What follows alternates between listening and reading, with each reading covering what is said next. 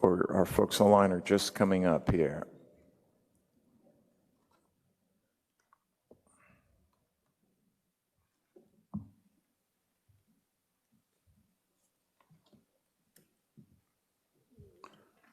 All right. Mr. Helm, are we recording, sir? We are recording. Do we have any commissioners online that you can see? Commissioner Hawk, Treadway, and Vice Chair Rubin.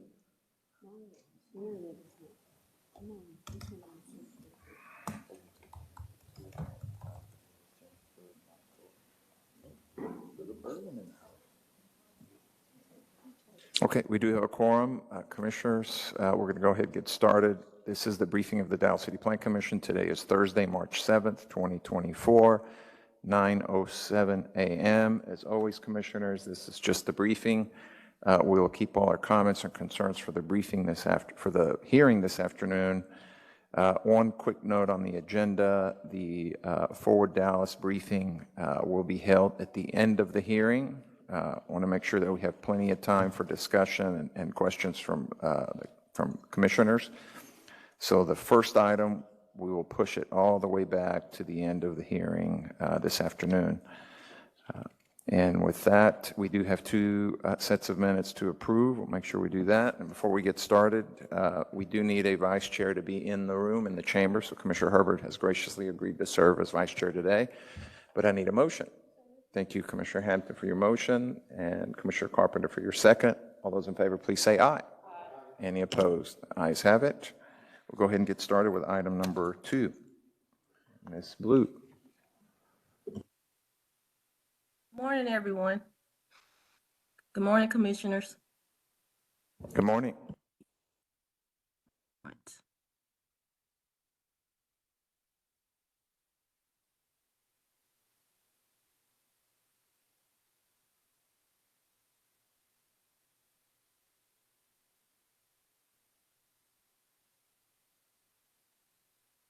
Everyone, let me know when you can see my PowerPoint.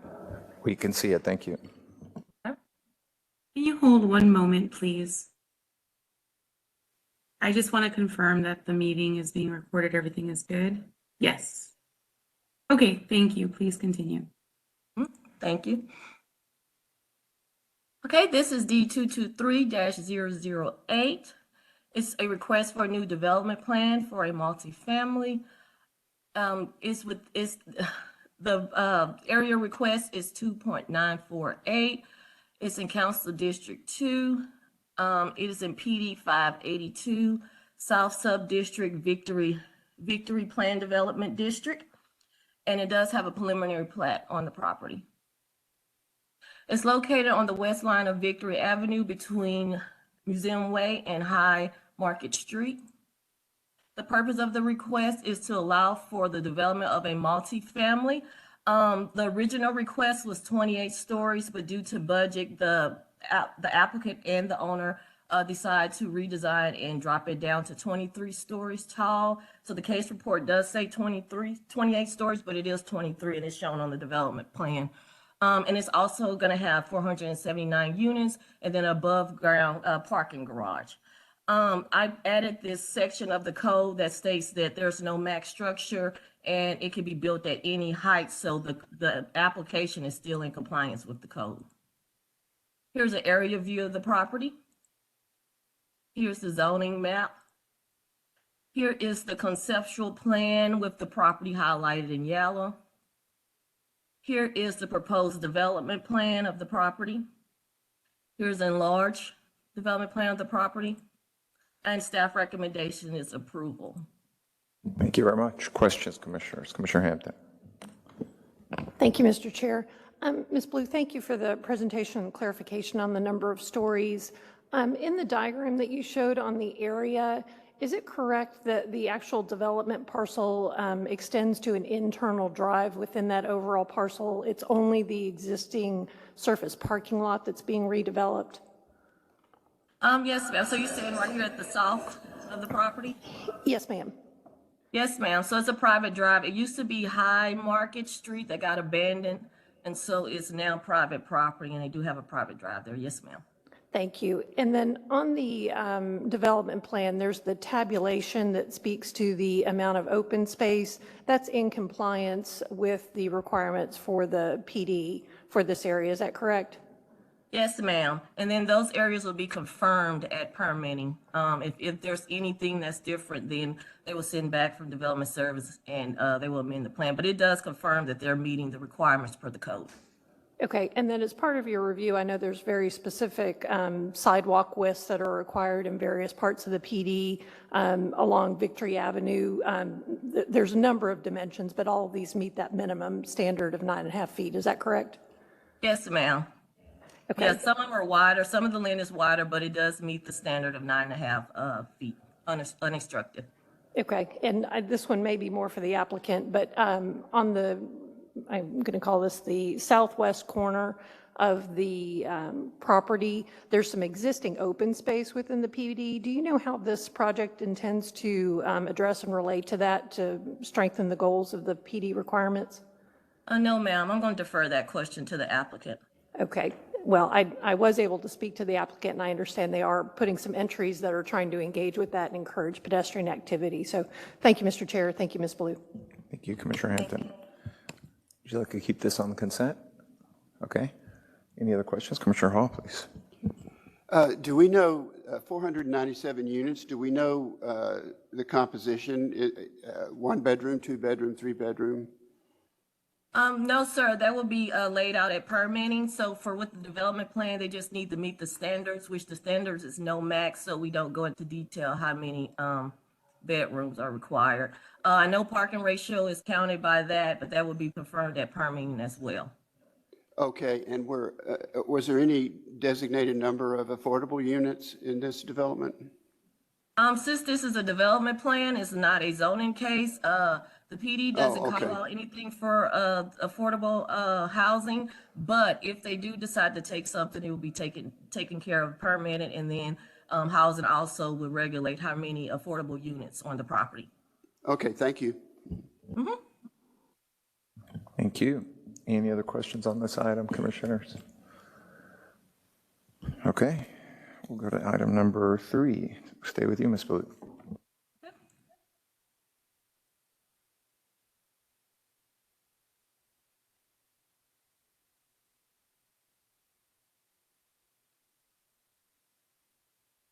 Open.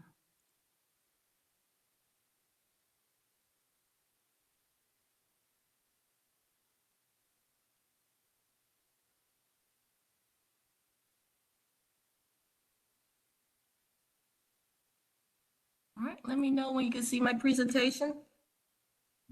Yes, we can. Thank you. All right, get in presentation mode. There we go. This is D234-004.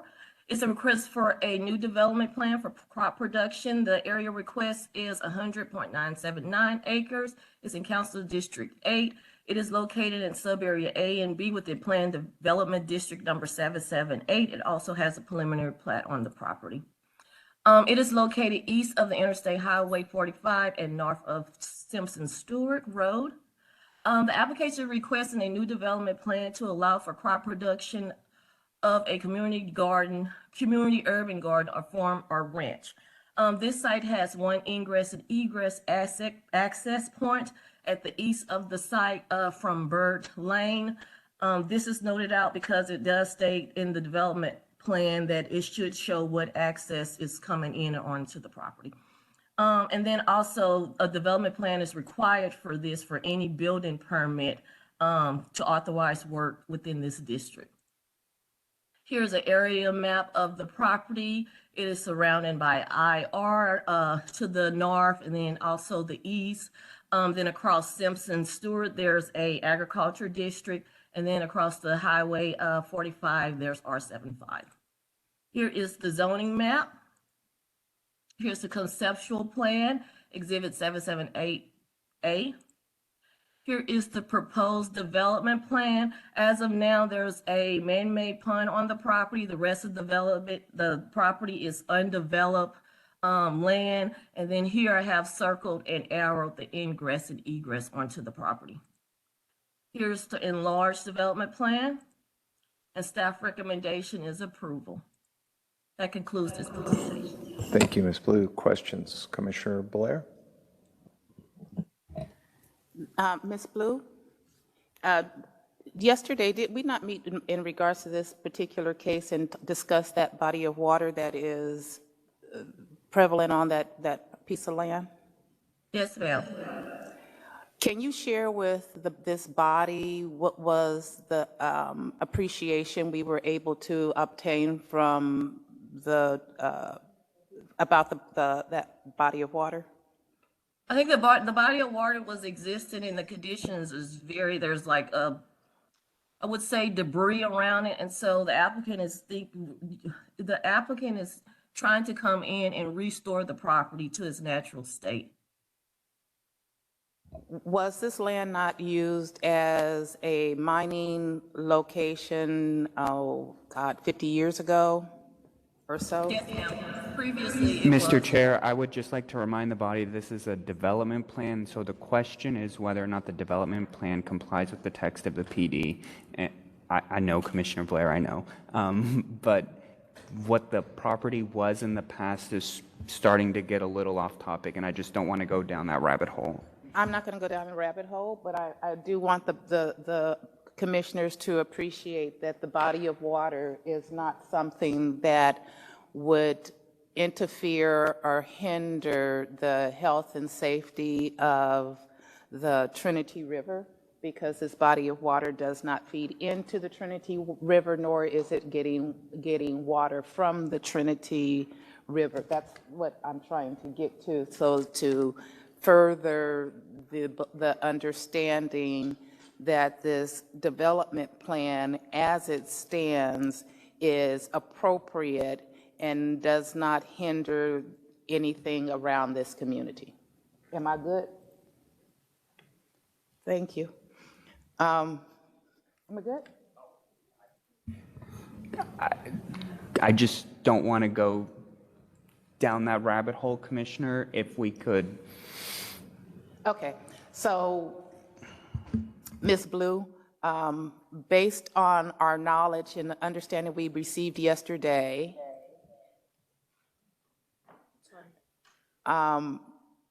can we agree that this development plan meets the standards of a development plan and does not hinder anything else around it? Yes, ma'am, I can confirm. The land use of the development plan meets what's required in the code. The setbacks meet what's required in the code, and everything on the development plan as far as ingress and egress.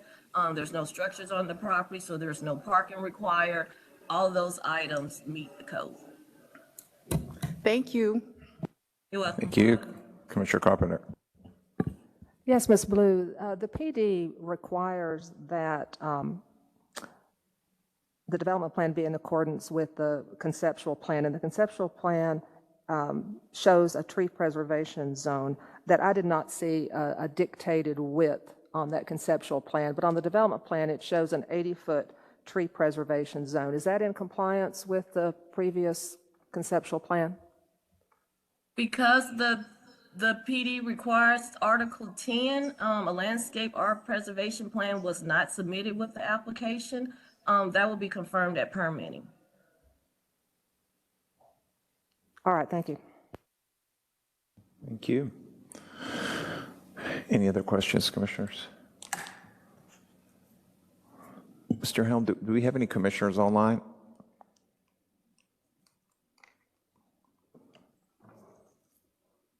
No? Okay, thank you. Commissioners, we'll keep moving. We'll move on to our minor amendment cases under advisement. We have one. Item number 4.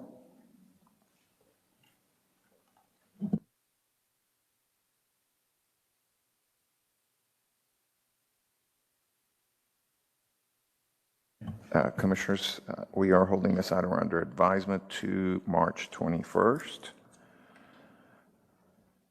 So we will brief it then. That takes us to our zoning cases on consent. Commissioners, at this point, we have 5 through 11. Case number 8 has been taken off consent, so we will begin. Number 9 as well? Number 6 will also need to be taken off. 6 as well. So 6, 8, and 9 have been taken off consent at this time. Begin with case number 5. Mr. Roberts, good morning, sir. Morning, Chair. Thank you very much. Can you guys see me by chance, Chairman? Not yet. Anywhere? Okay. No. Sorry about that. It's working with a new setup here. Wonderful. Right now. We can now. Excellent. Thank you, sir. And then let me know as soon as you can see this presentation. I'll work on getting that up.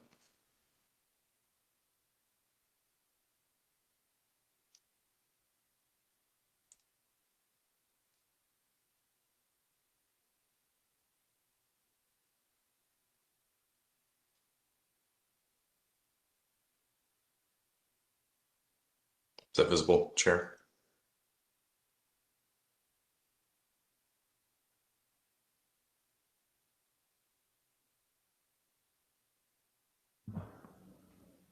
We can see your presentation. Wonderful. Thank you very much. Well, thank you, Chair. Thank you, Commission. This is case Z223188. It's a request for renewal of SUP 2365 that does allow for the sale of alcoholic beverages in conjunction with the general merchandise or food store or convenience store. It's located at the southwest corner of Lake June Road and Holcomb Road. It's about a little over 2,000 square feet within a 2,800 square foot building. It's currently zoned CR, community retail. It is within the D1 liquor control overlay, and the SUP was adopted back in 2021. You see its relationship there on screen, particularly as it relates to Lake June and Holcomb at the hard corner there. As far as the aerial goes, you'll see it reflected there. Uses in the area are compatible with another convenience store just across the way. It does back onto single-family residences and is currently developed. Taking a look at site photos, this is looking southeast off of Lake June, looking toward the building from Holcomb, back towards the development. Here's the existing site plan. You'll notice a couple updates as I flip back between these two to some of the details of the site plan. Just making some updates for that based off changes of use elsewhere on site. And with that, staff does recommend approval subject to the admitted conditions for a 2-year period with eligibility for automatic renewal. Thank you, sir. Questions, commissioners? Any questions on this item? Okay, we'll keep going. Number 6. Thank you very much, Mr. Roberts. Thank you, sir. Mr. Pepe, good morning, sir. This one's going to have to be not held, but renoticed. I didn't know it was going to be held. Okay, well, to what date, do we know? Just March 21st? We'll brief it then. Keep moving to case number 7 then. Ms. Garza, good morning.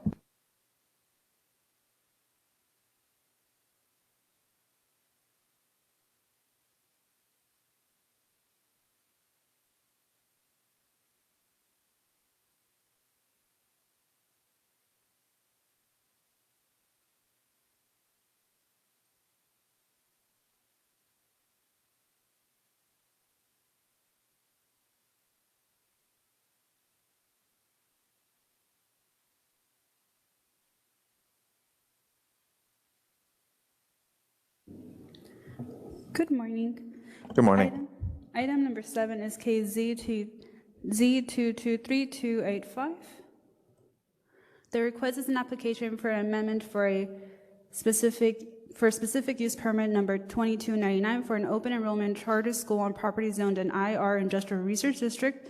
It is located on the south line of Skillman Street and the north line of Wendell Road, east of Page Mill Road. It's approximately 3.19 acres.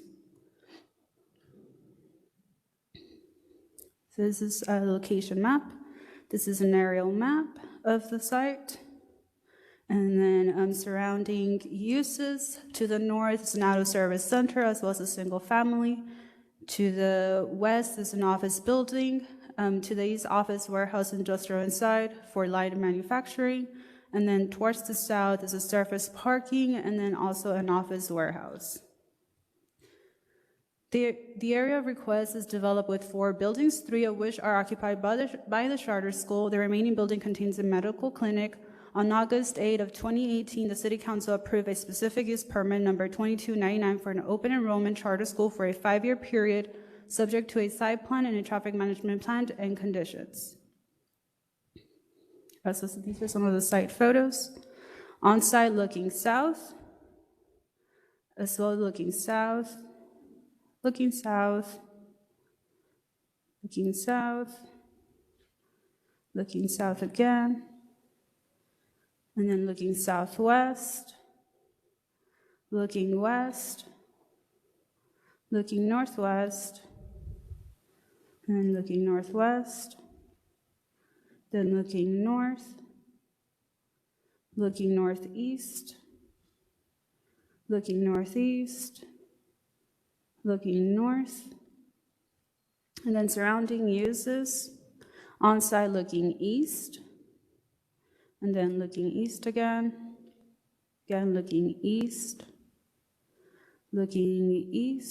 on the southern portion, then looking east towards the south of the site, and then looking south, then again looking south, looking west again, looking west, looking northwest, and then looking north, and then looking northeast. So the SUP conditions proposed that the main things that are being updated is the time limit. The specific use permit has no expiration date.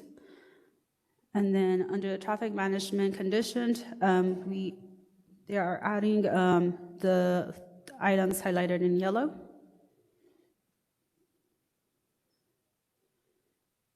And then this is the existing site plan, and then they are updating the site plan to reflect what is on site. So this is a proposed site. And then staff recommendation is approval subject to amended site plan and amendment traffic management plan and amended conditions. Thank you very much. Questions, commissioners? Commissioner Carpenter, followed by Commissioner Hampton.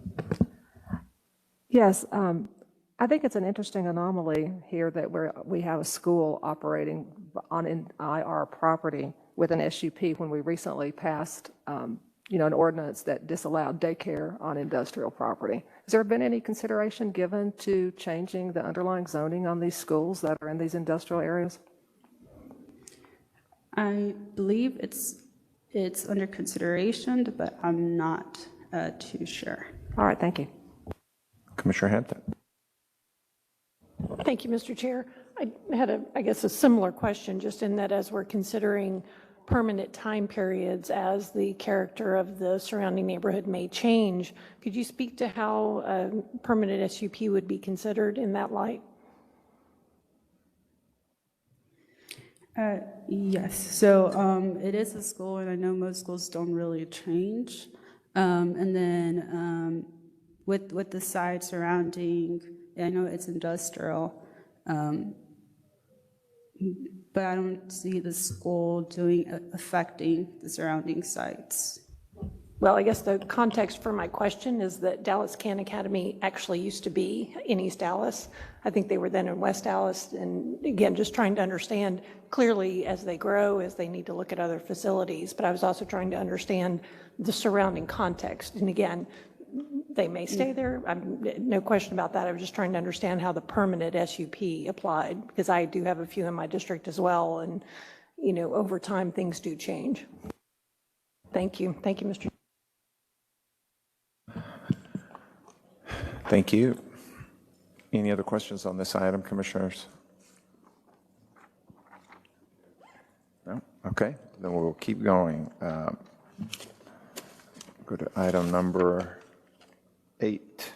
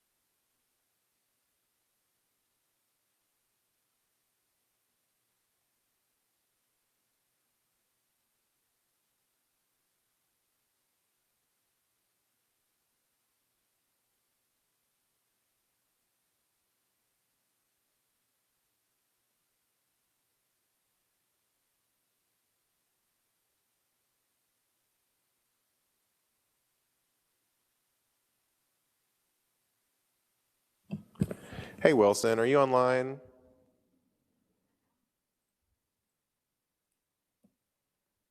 Paging Wilson Kerr to the after hours waiting area.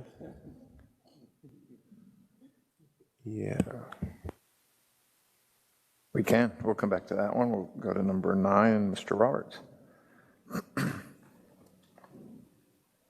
Wonderful. Thank you, Chair. Bear with me as I get this pulled up. Oh, I did just receive a message from Wilson as well. His mic is not working. I'll work with him on that. Small.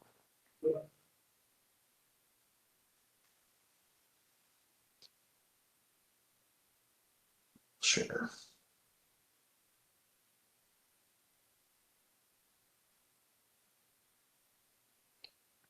Chairman, can you see that? Yes, we can. Thank you. Wonderful, wonderful. This is case Z223324. It's an application for a new SUP for a community service center.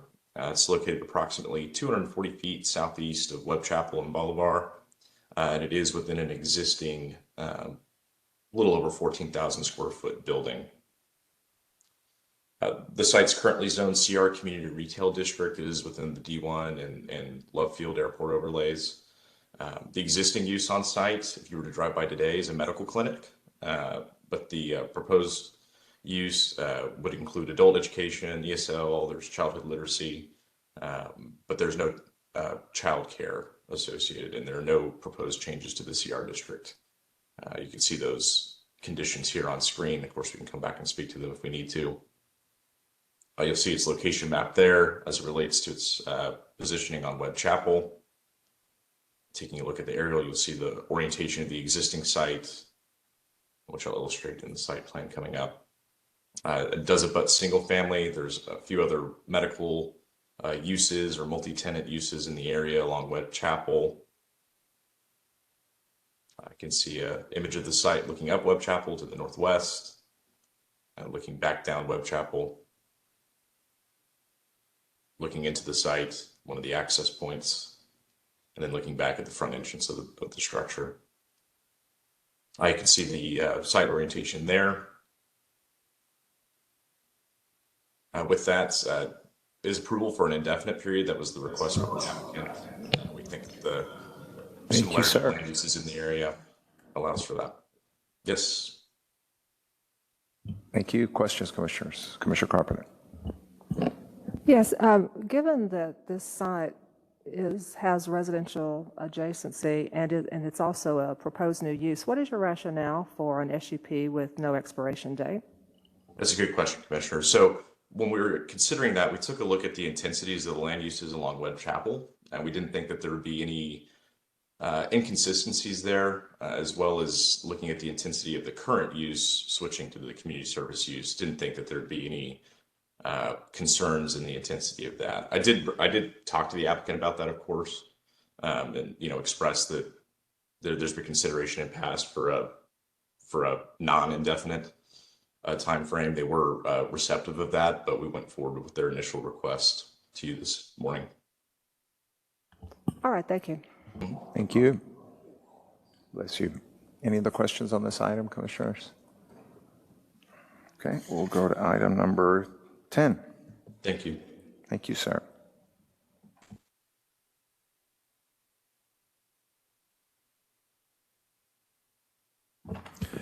Connor, is Wilson still having audio issues? Hey, Ryan. Yeah, working with him offline. I think he might have logged in with a bad WebEx link, so I'll work with him. Okay. Yeah, if you could just shoot me an email when he's able to join us so we can go back to his items, I'd appreciate it. Absolutely. Thank you, sir. Thank you both. So we'll go to number 11. Come back to number 10. We'll go to number 11 now. Yeah. Mr. Roberts, you got the hot hand today. No problem. Give me one moment.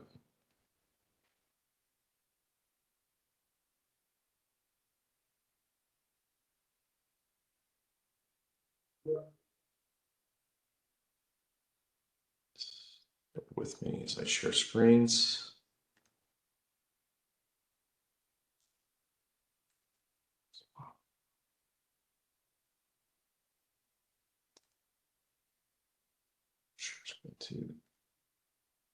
Chairman, can you see that?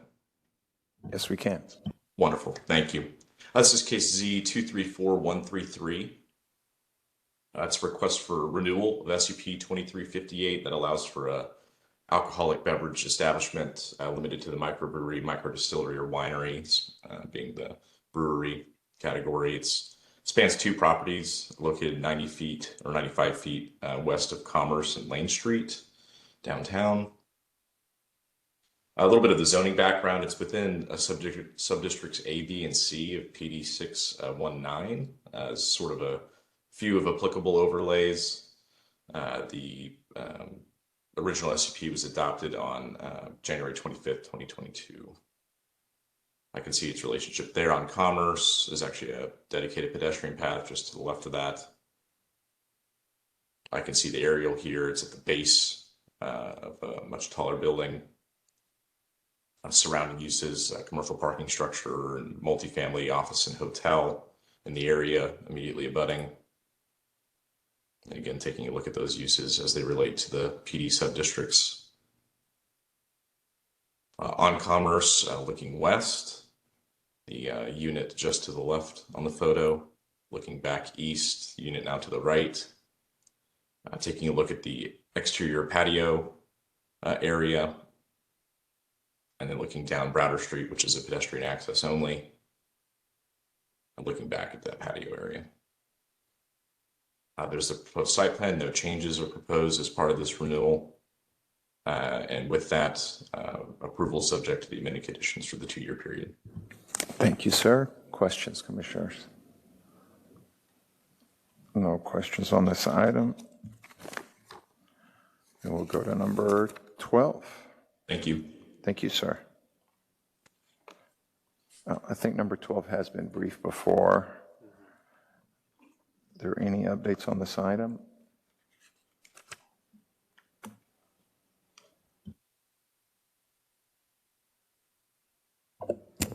Yes, no updates, but the applicant did ask to hold this case. I did forward that to you. Hold it? To hold. They did not ask for it. They didn't give a specific date they were requesting. Okay. I think they're having some issues with their easement that they're trying to figure out. Let's do the 21st.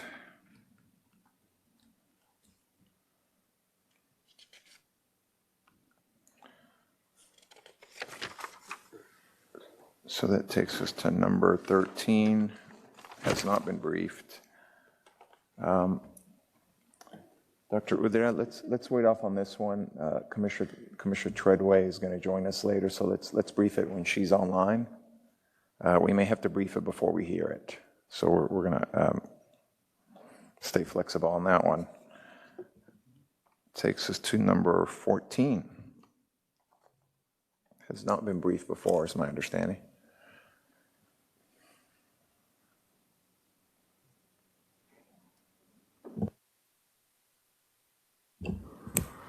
Gianna, are you with us?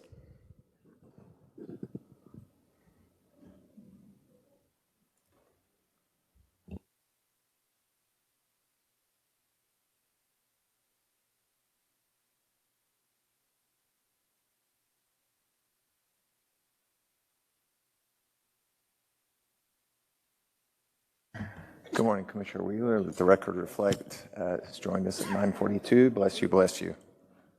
One more. No.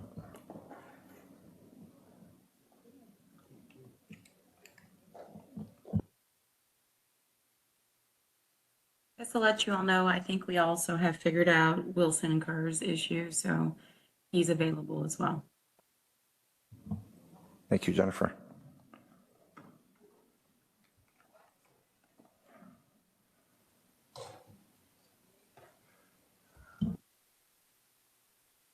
Okay, we'll come back to that one. We'll go to case number 15. Mr. Clinton. Good morning.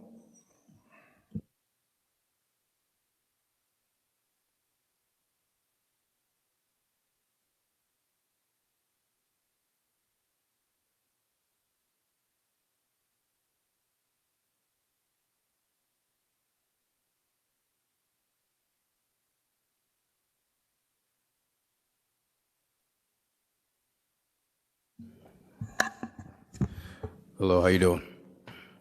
This is case Z223299.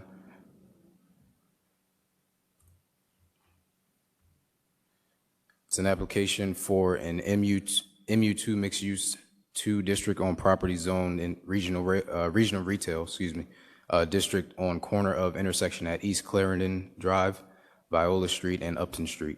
The purpose of the request is to allow the building of approximately 40 multifamily units under the development standards of an MU2 district, and it's approximately 0.5 acres in size.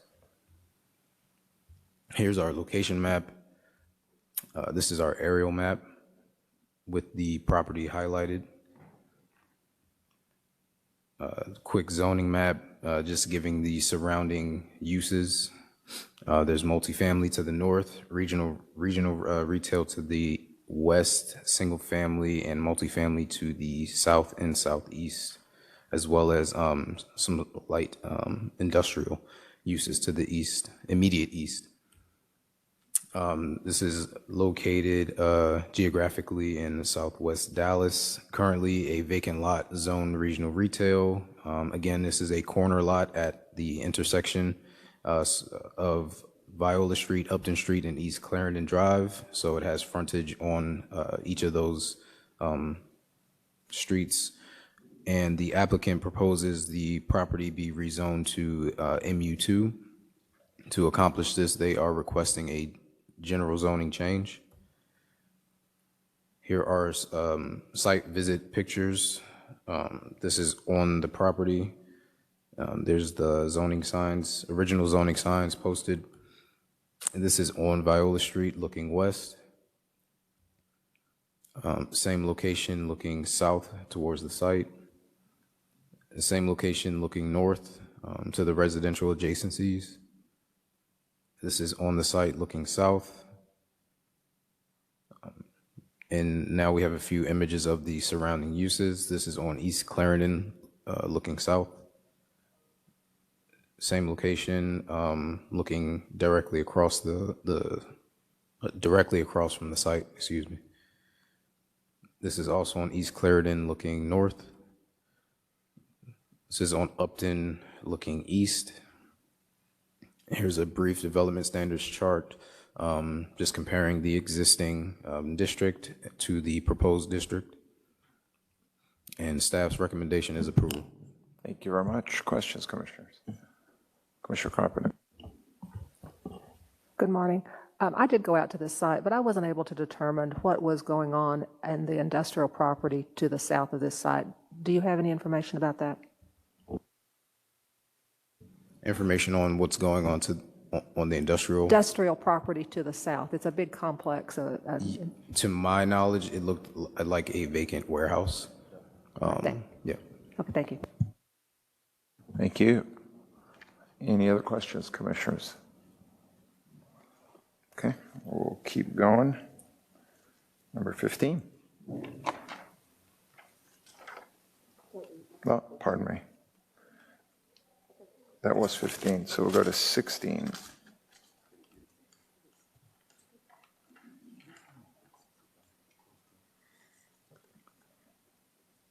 Morning, Mr. Babe.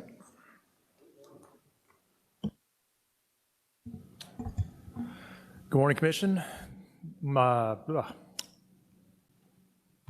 morning, Commission. This is Martin Bate. This is case Z223-309. It is an application for an amendment to specific use permit number 1495 for an alcoholic beverage establishment limited to a bar, lounge, or tavern, and a commercial amusement inside limited to a Class A dance hall. It is located on the east corner of Al Lipscomb Way and Meadow Street, approximately 18,559 square feet in size. We see it right here in the heart of South Dallas. Here's the aerial map showing the location of the site. We don't see the screen. Oh, Mr. Chair. My apologies. I assumed it was still sharing. Would you like me to go back to the beginning or continue? All right. So here we see the aerial map of the site located along Al Lipscomb and Meadow. This is the zoning map showing a variety of uses around it. As you see, it's in this sort of, you could call it the buffer zone or the border zone between the community commercial sub-district and some other sub-districts around there. To the northwest is a shopping center with a variety of retail uses. To the southwest is a liquor store and an alcoholic beverage establishment. Then further down to the southeast is a mix of single-family and multifamily. I also want to point out there is this small PA parking zoning district that is a surface parking lot owned by the applicant as well. So currently zoned CC Community Commercial Subdistrict within Planned Development District 595, the South Dallas Fair Park Special Purpose District. The property is currently developed with the bar, lounge, tavern, and commercial amusement inside, limited to the Class A dance hall. The City Council approved the renewal of SUP 1495 for a 5-year period with automatic renewal for an alcoholic beverage establishment limited to a bar, lounge, or tavern, and a commercial amusement inside, limited to a Class A dance hall on August 13th, 2008. It was automatically renewed for a 5-year period on August 13th, 2018. The SUP expired on August 13th, 2023, and the application for renewal was received on August 1st after the automatic renewal window.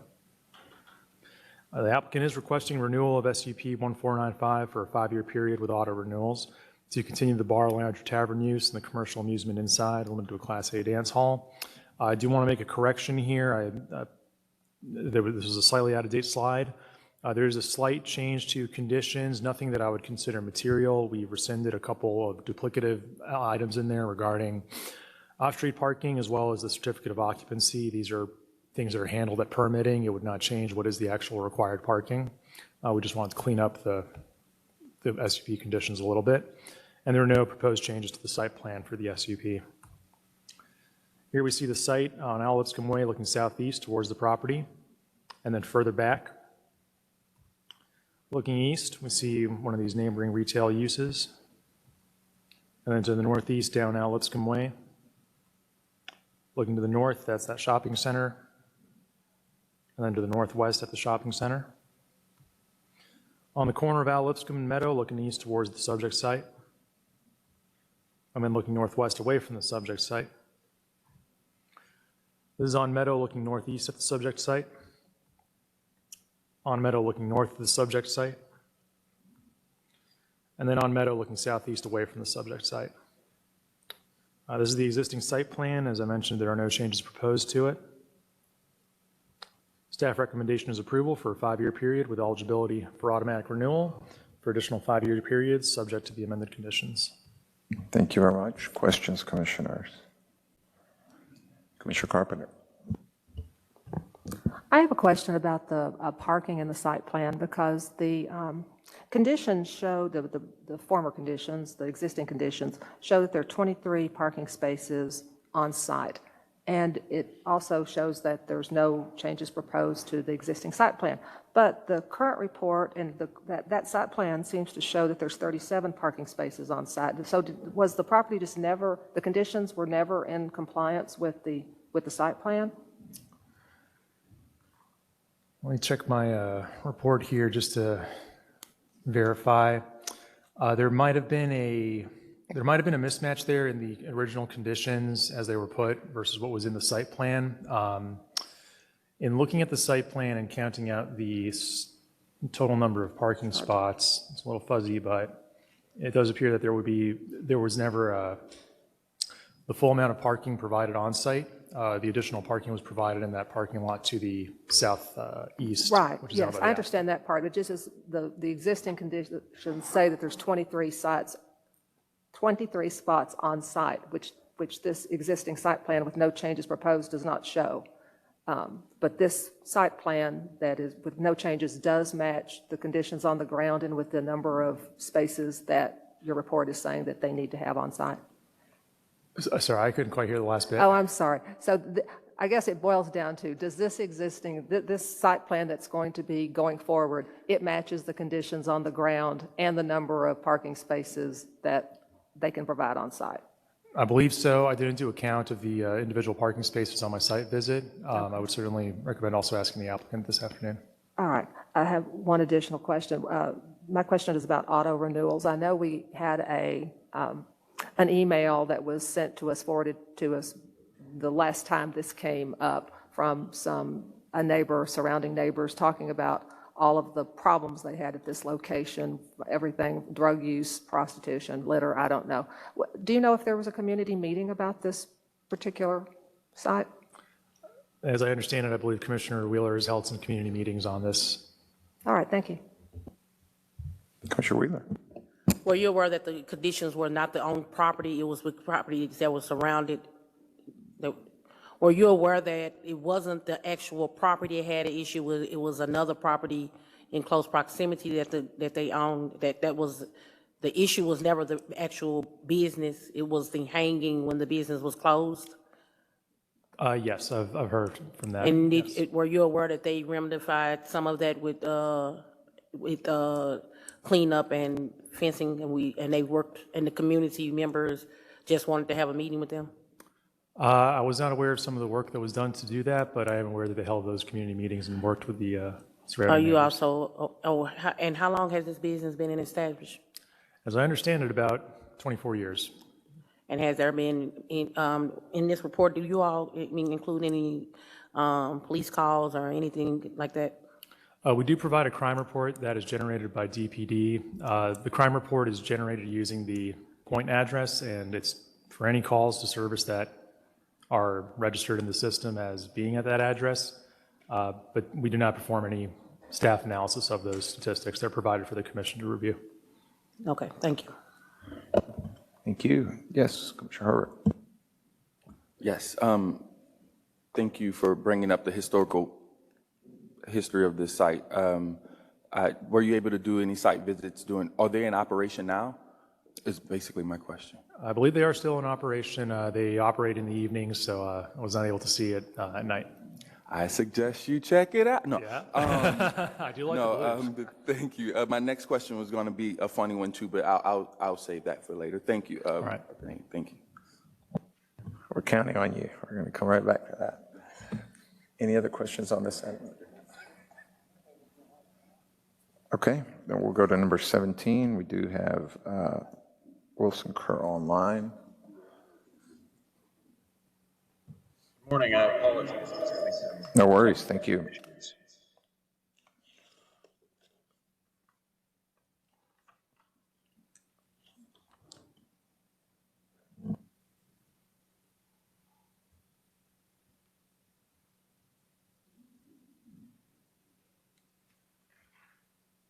And can you all see the screen? We can, thank you. Are you able to, are you seeing the full screen or the? So this is we can. Okay, great. This is case Z223330. It's a renewal of SUP 1532 at 2815 Martin Luther King Jr. Boulevard. This request is for renewal of SUP number 1532 for a convalescent and nursing home, hospice care, or related institution. It's located at the north corner of Martin Luther King Jr. Boulevard and South Malcolm X Boulevard. It's zoned PD 595, South Dallas Fair Park Special Purpose District, tract number 4 in the community commercial area. It's approximately 1.1 acres in Council District 7, and this was held under advisement to today from the meeting on the 1st of February. Here's the location map. Request details. This is continue to allow a convalescent nursing home or hospice care or related institution. The request is for an approval of a permanent SUP for the use. And the SUP was initially approved in 2003, and the applicant did miss their auto renewal window. Here's an aerial map. To the rear of the property are some single family and multifamily uses. Just to the northeast is a bank use, and then to the southeast are some religious and cultural uses, and then catty corner are retail and parking uses. Here's the zoning map. As you can see, it is within tract 4 of PD 595. Here's on the site looking southwest, on the site looking northeast, on the site looking northwest, that trash receptacle has been removed. On the site looking southeast, then this is on Malcolm X looking northeast. Then here's on the site looking northwest. And here's the site plan, as well as an enlarged version of the site plan. And then staff's recommendation is for approval. It's for a 10-year period with eligibility for automatic renewals for additional 10-year periods. It's to continue the current ordinance. Thank you, sir. Questions? Thank you. Commissioner Wheeler. Was this item taken off consent because the applicant wants a longer period? This is under advisement. And, oh, yeah, well, maybe that's the reason. That's the same thing. That's the same question I'm asking. And the reason, what was the discrepancy? Was it, how long did the applicant want? The applicant was asking for a permanent SUP. And how long has this location been in business? I believe since since the 80s. Okay, thank you. Yes. Thank you. Any other questions, commissioners? Okay, we'll go to number 18, please.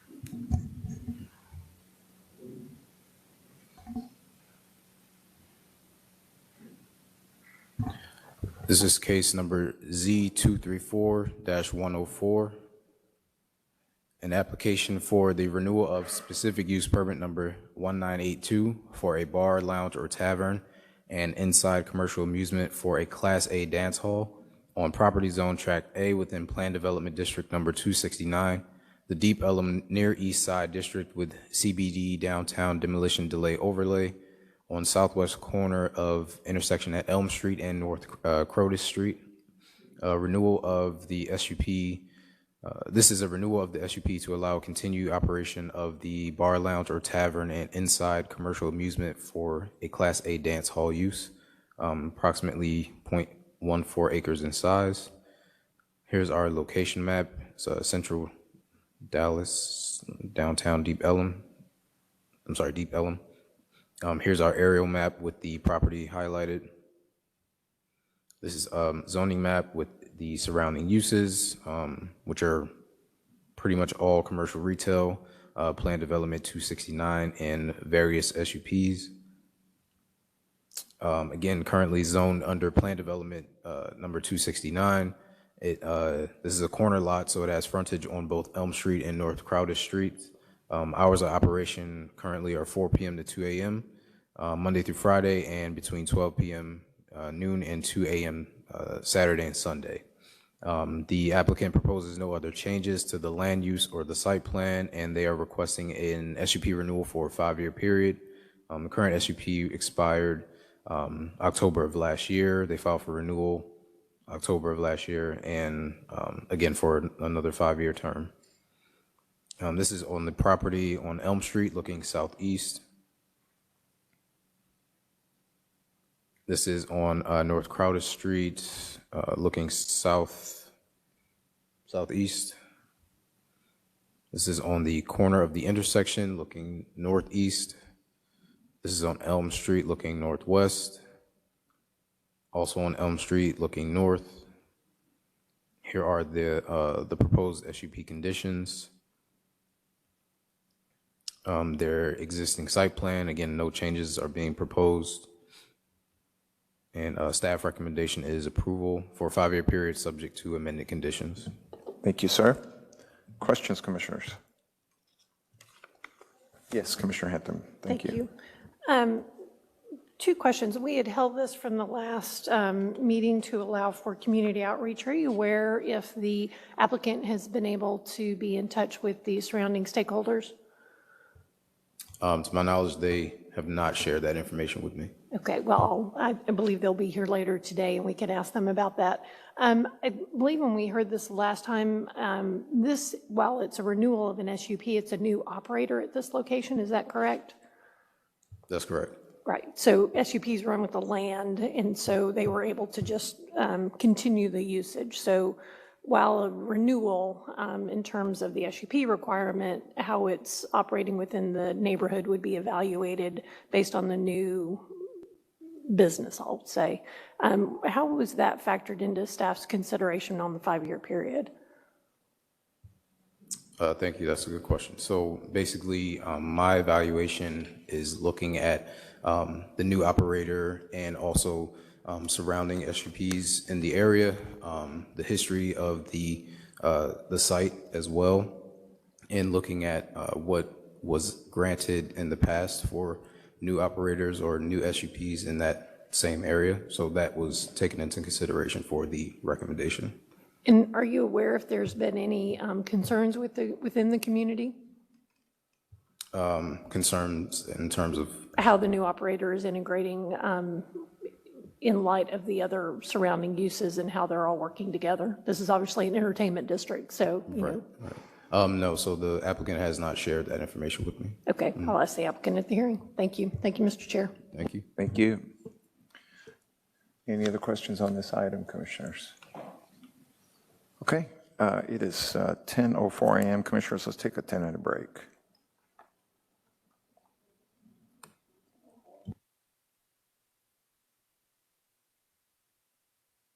We're on case number 19, and I have been advised that it is going to be held under advisement to March 21st because of the error in notice on the little typo there on PD number 317. I have also been advised that we cannot brief it, even though I know that there are lots of questions. Mr. Moore has advised that we cannot brief it. So we'll brief that item on the 21st.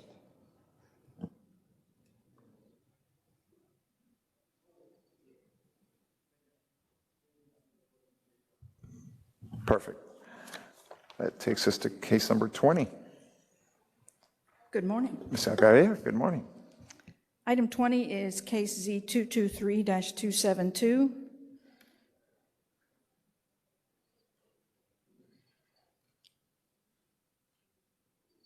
It's an application for a new specific use permit for a public school other than an open enrollment charter school on property zoned an R75A single-family district on property bounded by Milmar Drive, Shiloh Road, Healy Drive, and Casa Oaks Drive. It's approximately 12.4 acres.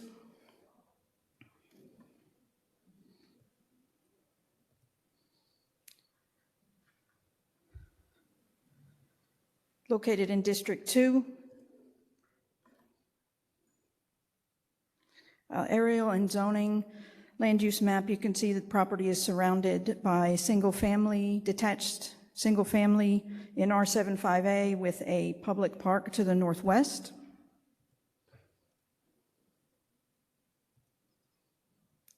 Area of request is developed with an existing elementary school. Keast Elementary School has been in operation on the site since the mid-1950s. The applicant proposes to construct a new elementary school and then demolish the existing school. And just FYI, there is an approved preliminary plat. And I'm going to start on Healy Drive and just work my way around clockwise. Single family, just showing you existing conditions here. I believe the chain link fence is going to be removed. Sidewalks are going to be upgraded to the wider width. And then I believe they're going to come in with a wrought iron type fence.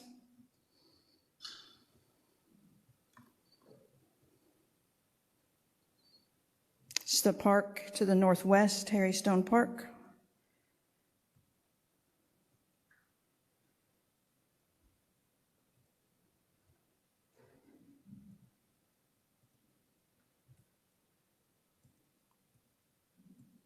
Lots of single family.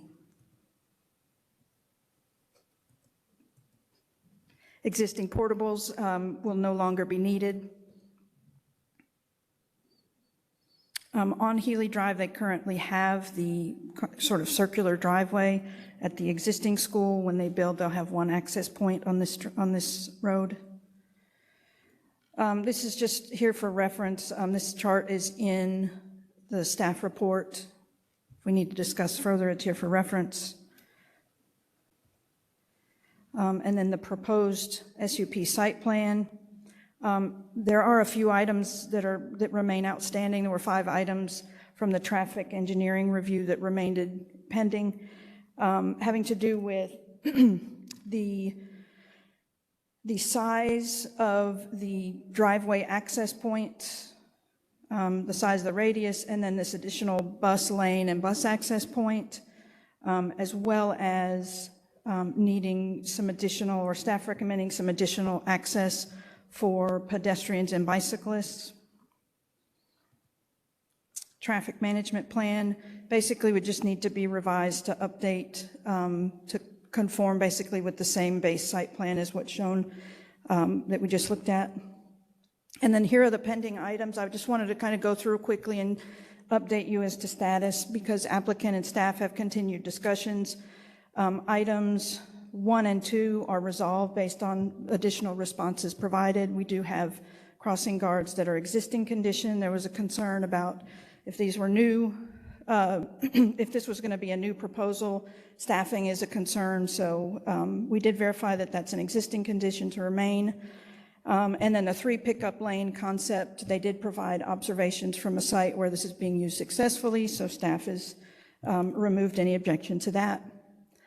Item 3, the bus driveway remains with a staff recommendation for removal of the additional driveway for buses. The applicant did provide an explanation as to why they're proposing that. This is not a particularly sticky point of contention. Staff recommends removal, but we understand why they are proposing to have it there. Item 4 remains unresolved. We're still waiting on additional response from the applicant. They said they were going to have their engineer do a little bit more, I guess, turn studies or whatever. I'll let David go into that a little bit more. But the city standard for this location and use would be a maximum 24 feet driveway width with a maximum 15-foot radius. The applicant is currently proposing a 30-foot or 2 30-foot wide driveways, and the radius is larger, but I believe they've agreed to come down to the 15 feet for the radius. We're just kind of waiting to hear what their engineer has to say about the width at that driveway. One of the things we talked about with them was, excuse me, possibly noting a range of widths on the driveway access points on the site plan to say 24 to 30 feet, TBD at permitting once they can get in there and analyze it further. They seemed amenable to that, but I'll let them speak to that. And then probably the biggest point of disagreement remaining would be the recommendation for additional access for pedestrians and bicyclists. And I did warn David that I was going to kind of put him on blast here and be available to answer any questions or go a little bit further on that if needed. And just running through quickly, the SUP conditions are fairly standard for SUP. We did add a condition to the SUP conditions for the side yard because they are proposing a 25-foot side yard at Milmar and Healy. Typically, the requirement would be 10 feet in a side yard for R75A. So because this differs from the base code, we're adding it as a condition.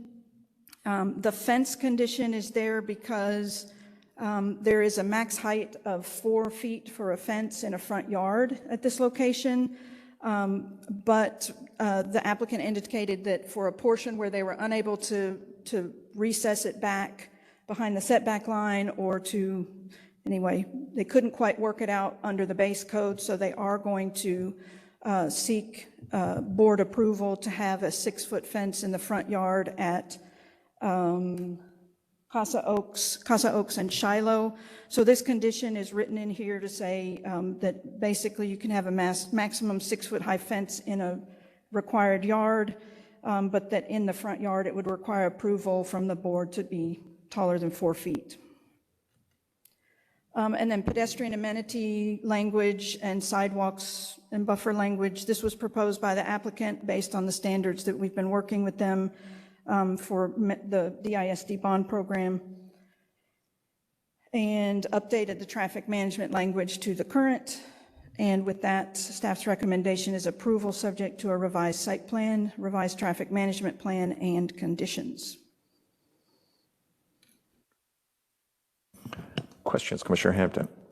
Thank you, Mr. Chair. Thank you, Ms. Algeier. A few questions. I know you and I had the opportunity to review this earlier this week. Is it correct that the applicant at this time has not submitted any revised conditions to staff? They haven't, just because, I mean, they've addressed it with us. We've had a discussion after you and I met, and I guess they met with you too. We got together and they were kind of asking for staff's guidance on that. Basically, we don't have a motion for any different language yet, Right. But should we get a motion for any different language, we've indicated to them that we'll write that up in preparation for the ordinance. Okay. Yep. And so items that I think were discussed, and whether you want to field this or David, so on the engineering comments regarding the pedestrian access points, it appears some of them would require, students to cross drive aisles in addition to crossing the street right-of-ways within the network. So is it correct that they were looking at relocating those so that they related to the accessible walkways through the parking areas? I'm not aware if they're looking into that or if I'm not aware of any change as far as that. We have encouraged them, and part of our recommendation, in addition to additional pedestrian and bicycle access points, staff had concern with, and what Commissioner Hampton is referring to is this access point here for pedestrians, and then this access point here. Staff had concern with them, one, being located in such close proximity to the vehicular drive, and then also, as Commissioner Hampton said, the fact that it's difficult for a pedestrian or bicyclist to access the school via one of those paths without having to cross the conflict point with the vehicles. So I believe that your recommendation, from my understanding, is to kind of flip. It's a good idea to get them further away and to align them with the access points that exist for handicap spaces already. In addition to the location of these two, however, staff had concerns about the fact that, this is embedded within a single-family neighborhood. Hopefully, there would be more walkers encouraged by wider sidewalks and all these pathways. And if anyone were to say, if the community were to use any of the play areas on Saturday morning or after hours, not in conflict with the school, anyone from the neighborhood, based on this proposal, has only 2 possible access points when they're on foot or bicycle. So we were encouraging them to add more, and I'll defer to the applicant to address the counterpoint.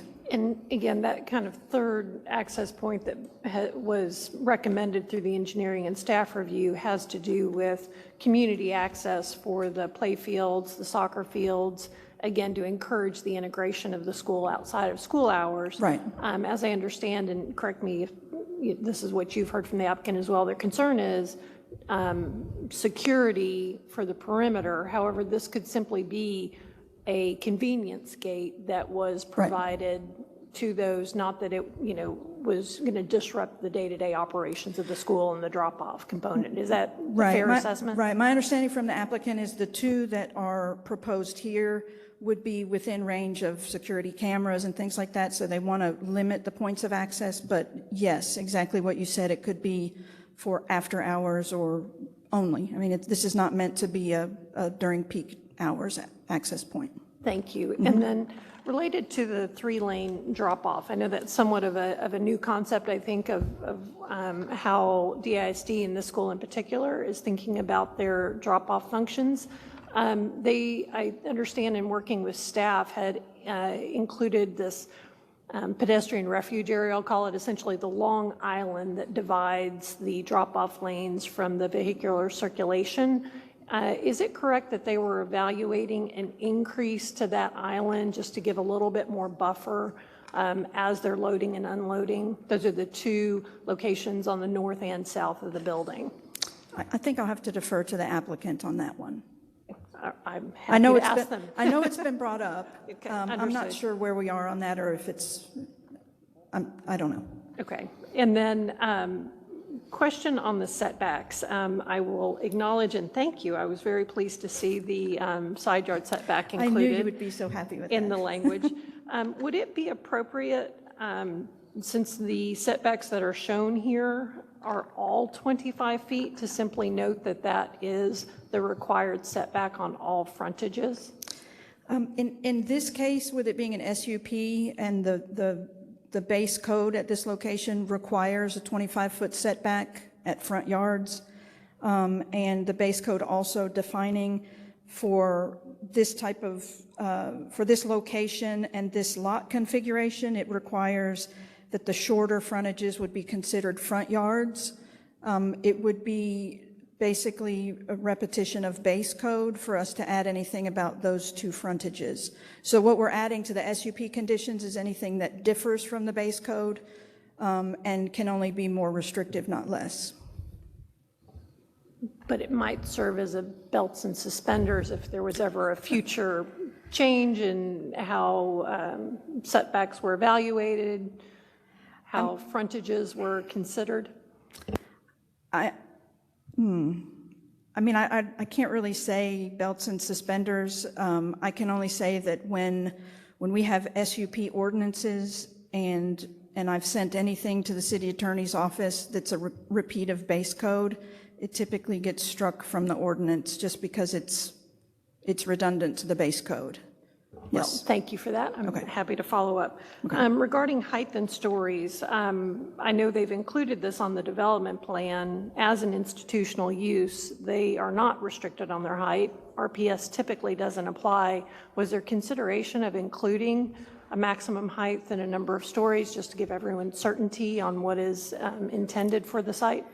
Well, the site plan, they have left the number of stories. You'll see that there's a single-story portion of the school and then a two-story portion of the school. So if they were to try to come up from that, they would have to come back just based on the site plan alone. Correct, but if there's nothing in the conditions, it wouldn't give this body any future understanding of what the community review was. Is that correct? Just that it's on the site plan. So the site plan, with it being labeled as a two-story and one-story, is, and that having been approved, notes for anyone who looks at it that this is the limit to what has been approved in terms of number of stories. I'm not really sure I'm understanding the question. Typically, the written conditions control over the site plan. I understand if they change the site plan, they have to come back. But again, it reinforces what the intent was by including it within the conditions. Sure, and that would be an example of something that would be a departure from the base code, since, as you mentioned, the height is not really restricted here. And so if there were a height limit imposed, it would be appropriate to add that to conditions because it is more restrictive than the base code. And I believe that their proposal is somewhere in the neighborhood of 42 feet for the structure, and I would always encourage them to give a little bit of wiggle room to make sure that there's nothing. When they're actually getting through their plans. Agreed.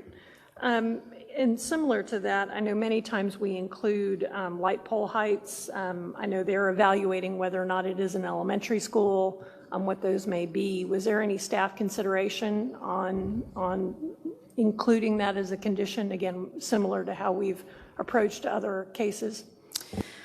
Typically, staff recommendations for light poles would have to do with athletic field lighting because those are going to be typically much taller than the standard. The base code would limit just any lighting within a setback, would limit it to 20 feet, or it would have to be pushed back behind setback lines. So it's not something that staff considered for this location, as there's not going to be any athletic field lighting here. All right, thank you. Mm-hmm. A few more questions, if I may. Take your time, please. Thank you, Mr. Chair. Regarding signs that are included, this is condition 10 in the SUP. Mm-hmm. It refers back to Article 7, which is our general sign code. Is it correct? I mean, would it be appropriate to note this as a non-business district? Again, directing to, to what is the consideration for this since it is residential? This would be something that it would be redundant to the base code because this location by definition would have to comply with the non-business district signs. Okay. And then related to that, was there any consideration of addressing illumination or when illumination may occur for signage since that's an allowance in base code? We did not have that discussion with them, but we can, that would again be something that could be added to conditions if we want to restrict further as far as, let's say, exterior illumination of signs or something of that nature, yeah. Okay. And then similarly on screening, we've got some loading areas that are shown that include screening. Right. However, those would not necessarily be required per base code because of their distance from the public right-of-way. Correct. Was there consideration of strengthening that to ensure that loading and equipment areas are fully screened? I don't think it would be inappropriate to add that if the body decides that we want to make sure that screening of those areas is going to occur regardless of the being beyond the distance threshold. I know we've done that in some PDs before where it was just outside the distance and we wanted to make sure that it still was screened. We could certainly add that condition. And then, sorry, my list is a little bit out of order, so I'm going to go all the way back to drive aisles now. That's okay. So as staff was evaluating the width of the drive aisles and their location, I know if we start on the north at Milmar, I think they're, generally maintaining, there's an existing 2 drive access points, if you will, but to speak to the idea of trying to encourage pedestrian traffic and use by the community, was there any consideration of speaking to changing the material and finish at those crosswalks, again, just to emphasize the pedestrian nature of those crossings? So we didn't recommend or necessarily propose that to them. What we were mainly concerned with is the design of those access points being done in such a way that it would encourage vehicles to have to reduce speed as much as possible when crossing that point. That's the reason for the recommendation of the 15-foot radius and the narrower drive width. Okay, thank you. And I'm again, that's probably a follow-up question with the applicant as well. I think the final question I have for you is because there are outdoor athletic fields and, again, elementary, understand, but was there any consideration of including a time limit in terms of outdoor amplification? I know that's something that we regularly include just so that, after hours, if you will, or very early in the morning, that the surrounding community can have some certainty on when they might start having activities occur that would be amplified. So let me address that this way. Let me talk about a couple different types of lighting. This was regarding sound. Sound, okay. You said sound, I thought you said lighting. Well, sound and lighting, we Sound can and address lighting, them both. okay. No, just as the quick answer to your question, just because it is an elementary school, there's not proposed to be athletic field lighting and things like that. That's not something that they could go add at permitting because it's an optional feature. So in order to have the athletic field lighting here, they would need to have approval and it would need to be listed in the conditions or shown on the site plan. That differs from, for example, there is a code requirement to provide illumination for parking at locations that would be used after dark. So they could go to permitting and add parking lot lighting without having it shown on the site plan here because it's a code requirement. But they can't go do the same thing for optional features like athletic field lighting. So given that it was an elementary school and there's none proposed, we didn't address that with them. And then regarding sound? The same thing, I think, would be the answer. I'm not sure where the sound would be coming from here. If there was any outdoor notice, if there were any, I could think of a number of things that would potentially have amplified sound that could start as early as, well, as early as they wanted to if there was no prescriptions. And I know many times we include a not before 7 a.m., not after 7 p.m. or 8 p.m. as an example of two recent conditions we've included. So I guess the reason that I went straight to lighting when you mentioned sound is that any of the activities that would occur at the location would have to occur during daylight hours. I mean, I guess unless they're going to have like some spooky Halloween something after dark thing, I don't know, but there's no lighting that's going to illuminate the fields to make them usable after dark or before light. So it just really didn't come into the conversation. Thank you, Ms. Algier. Thank you, Mr. Chair. Thank you, Commissioner. Commissioner Herbert, please. Because you're an expert at what you do. Thank you. And this is related to this case, but in general, you know how I hate the outdoor facilities, and I know these will be gone. The hope is that these will be gone once this place is rebuilt. Is there ever a way that future, right, that we can restrict these things from being added to fields or be required to come before us to get them added to? The temporary buildings? Yeah. But you can sleep on that, Jennifer, and come back to Let me look into that a little bit because I'm not 100% sure, because sometimes there are temporary buildings that I need to check on a couple of things. Sometimes temporary buildings are allowed to come onto a campus without actually being approved and shown on site plans and development plans, so I don't want to lie to you. Yeah. Thank you. Thank you, Commissioner. More? Oh, another question, Commissioner? No? That's all? That's all. I can keep going, but I believe most of them will be for the applicant at this point. Thank you. One thing I will say is on behalf of staff, I speak for all of us when I say thank you for sending things ahead of time. It's really helpful to be able to look at that. I appreciate it. Thank you.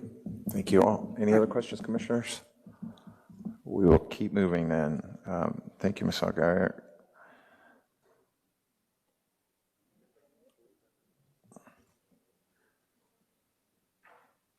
We're ready for you, Olga. Go to case number 21, Commissioners, and then we'll go back and pick up the other cases.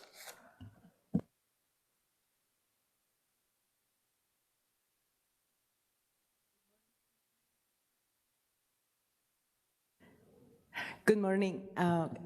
I am not sure how to use this new technology, so do I just grab the computer over there?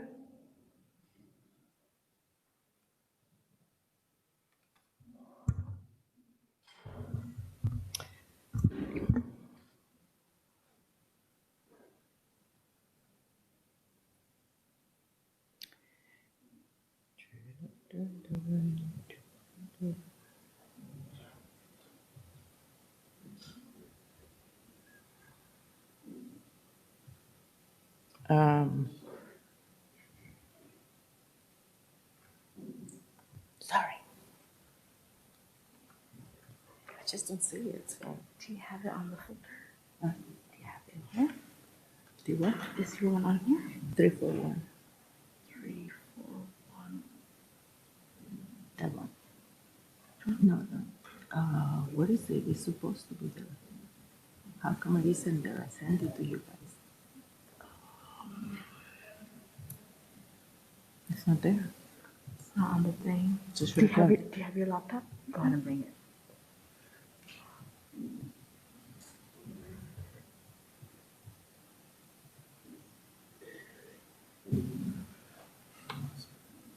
It's not on the folder.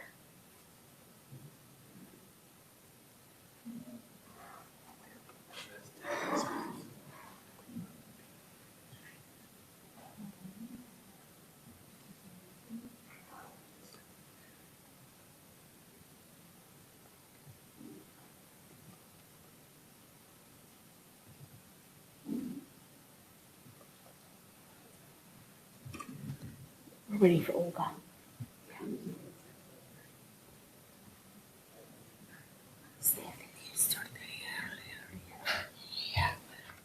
Those on the side. Thank you, dear.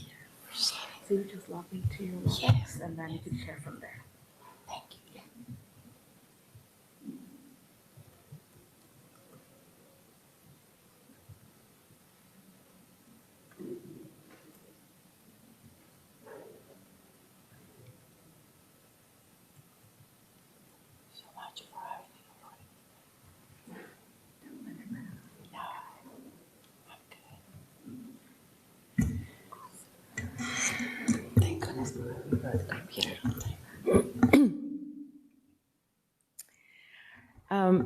Z-189-341 is Floral Farms authorized hearing. It's not.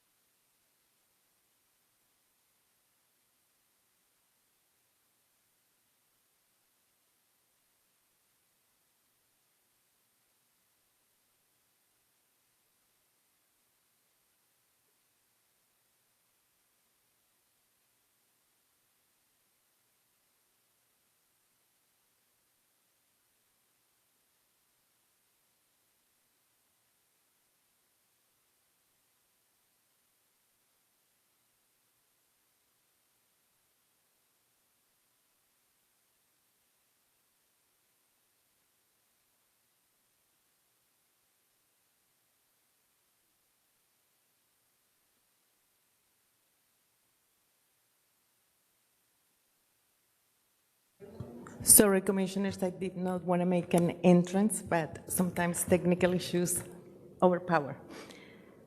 So Floral Farms is an authorized hearing for the purpose of the and goals of the authorized hearing is to amend the zoning in the area to address land use incompatibilities such as heavy industrial zoning, abutting industrial uses, residential uses, and the goals are to transition zoning districts IR and IM to a lighter industrial district, in this case is LI, that will have a lesser impact on surrounding uses and the environment in general, and to provide protection to the existing single-family uses and the environment in general. This is the location, South Dallas, east of I-45. The area is generally bounded by River Oaks Road to the north, Union Pacific Railroad to the east, McComas Bluff to the south, and Julius Shapes Freeway to the west. The area of request is, the area of study is 522 acres, 0.18. In August 19, 2019, the City Plan Commission authorized the public hearing, the authorized hearing for, I have a little thing here on my screen that I don't need to look at. So it was determined to authorize a hearing in August 19, 2019. 4 community meetings were held in the area, one in September 12, 2022, and 3 on January 17, April 11, and September 12, 2023. In addition to that, staff was having several meetings with different stakeholders in the area. The authorized hearing area consists of a mix of single-family residential uses, industrial uses, commercial uses, vacant structures, and undeveloped land. The existing zoning districts in the area are agricultural, community services, industrial research, industrial manufacturing with the restrictions on A property, IM with SUP number 773 on a property, and PD number 778. The single-family uses within the authorized hearing area were constructed prior to 1956. Upon annexation, the land was zoned agricultural district. Several uses, including property with single-family residential uses, became non-conforming in 1980s, when the City Dallas transitioned from Chapter 51 to Chapter 51A, the Dallas Development Code. Non-conforming uses are granted provisions to allow remodeling, expansion, and the right to rebuild if destroyed by natural disasters or other unintentional act. However, if the right to operate a non-conforming use ceases, if the non-conforming use is discontinued for at least 6 months or more. What the community and stakeholders want. They want us to rezone single-family uses to residential districts to provide protection for existing residences, to protect residential uses and the area for heavy industrial uses, to explore trail opportunities for biking and walking. They want us to keep dust from commercial industrial operations from affecting residential properties.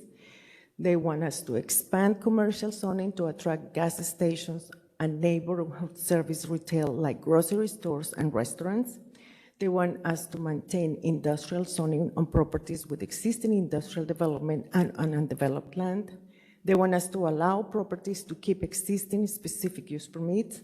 They do not want us to downzone properties to an agricultural district. This is the location on River Oaks Road.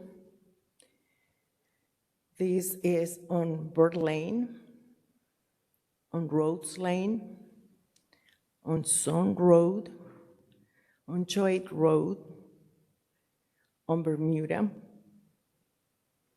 on McComas Bluff, on Simpson Stewart Road, on Simpson Stewart Road, on Simpson Stewart Road to the east of Central Expressway, on South Central Expressway, on South Central Expressway, on South Central Expressway. This is the intersection of Simpson Stewart and South Central Expressway. The first picture is on southwest corner. The second picture is the northeast corner. And here we have the southwest corner and the southeast corner. More pictures on South Central Expressway, and the surrounding uses are, to the north, you get to see downtown, and to the east, the railroad way on east of Simpson Stewart. This is what we can see on Central Expressway and west of Simpson Stewart Road. So the site has the different zoning uses as agricultural, commercial, light industrial, industrial research, industrial manufacturing, with SUP 773, industrial manufacturing with DR restrictions, and PD 778 uses are single family, auto-related uses, commercial and developed, vacant, institutional, and outside storage, to name a few. On the northeast side of the property, we have industrial research, PD 540 with SUP 1382. The Jopa Preserve, Dallas County Nature Preserve, is located in that area. There is a lawn and garden businesses, some undeveloped land, some recycling center, and outside storage. On the northwest of the property, we have outside industrial research for outside storage, truck services, and the Julius Shapes Freeway. The southeast area has industrial manufacturing and SUP 2335, industrial manufacturing with SUP 705. We have undeveloped land, nursery, McComas Bluff landfill, outside storage, restaurant, and a recycling center. The southwest area is on agricultural and CS, and the properties are undeveloped, Julius Shapes vacant, freeway, vacant land, and outside storage. This map is pretty hard to see, and I don't know if you have any questions or any particular. We have existing zoning, and we are proposing for industrial research, we're proposing going to light industrial uses, community retail, single-family residential districts, agricultural districts, and amend Plan Development District 778. Staff recommendations. Staff strive to strike a balance that respects both the residents and business owners with hope that they can coexist. The staff recommendation is as follows. To rezone existing single-family properties RA residential districts, which will afford protections that include but are not limited to additional buffer, landscaping, screening, residential adjacency review, RPS triggered by new non-residential development, and staff is not recommending any additional residential development in the area. To rezone industrial manufacturing and industrial research to light industrial on properties in the north and on the east side of Central Expressway where the existing businesses are concentrated. Light industrial is intended to provide for light industrial office, research and development, and commercial uses in an industrial park setting. Light industrial is designed to be in areas appropriate for industrial development, which may be adjacent to residential communities. So it's a much lighter type of development. Staff sees this district of compromise. To amend PD 778, so the purpose is to ensure compatible uses and protection of the adjacent residential uses in the following manner. We are proposing to increase the requirement of a side and rear yards from 20 feet to 30 feet to provide additional buffer for new development and to the for the adjacent residential uses. To require residential adjacency review for some uses, to require development impact review for some uses, to require specific use permit for certain uses, to require screening for outside storage, and to limit outside storage to 40 feet in height. We are recommending to terminate the existing deed restrictions DRZ 067152. The property is owned by the City of Dallas at the moment. The property is currently vacant. The deed restrictions allow for most uses in the industrial manufacturing district. The deed restrictions limit industrial inside potentially incompatible incompatible uses to wood processing allowed only by SUP. The proposed zoning is agricultural district, which does not need the current deed restrictions. We're recommending to amend the specific use permit, which allows for a metal processing facility. The property is currently zoned IM. The proposed amendment will provide an expiration date of 5 years from the time of the approval of the ordinance, and staff is recommending to rezone the property to LI, which does not allow for the use. One of the things that the community wanted is to have trails in the area and options to walk. So with respect to that, the 5 Mile Creek Greenbelt Corridor will be constructed in the future Simpson Stewart Trail, connecting it from the Trinity River Forest Trail with the Newton Creek Trail. And that's my presentation.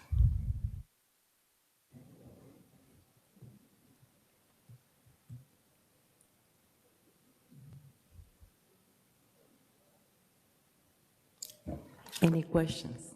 We're ready for questions. Ms. Holyoke and team. Commissioner Blair, please. Can you please answer how many properties are going to be non-conforming once the LI is overlaid in the area? Will there be any properties that become non-conforming based on your recommendations? Yeah, we will have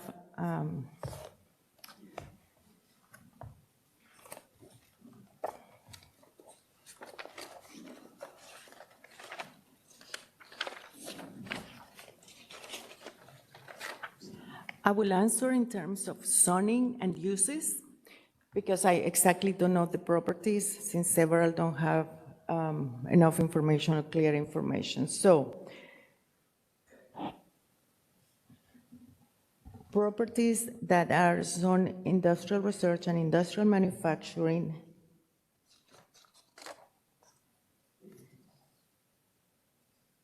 that are doing industrial inside with potentially incomparable uses, they're not going to be allowed to be there. Properties that have industrial outside, potentially incompatible, will not be allowed to be there. So any uses listed under those. Properties that have metal salvage facility, mining, gas pipeline compressor stations that have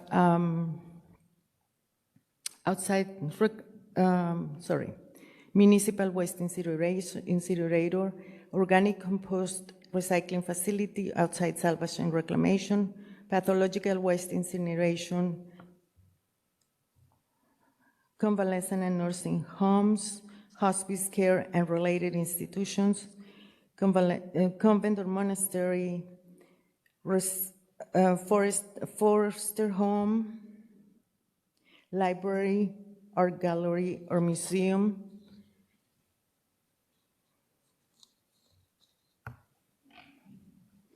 Hazardous waste management facilities.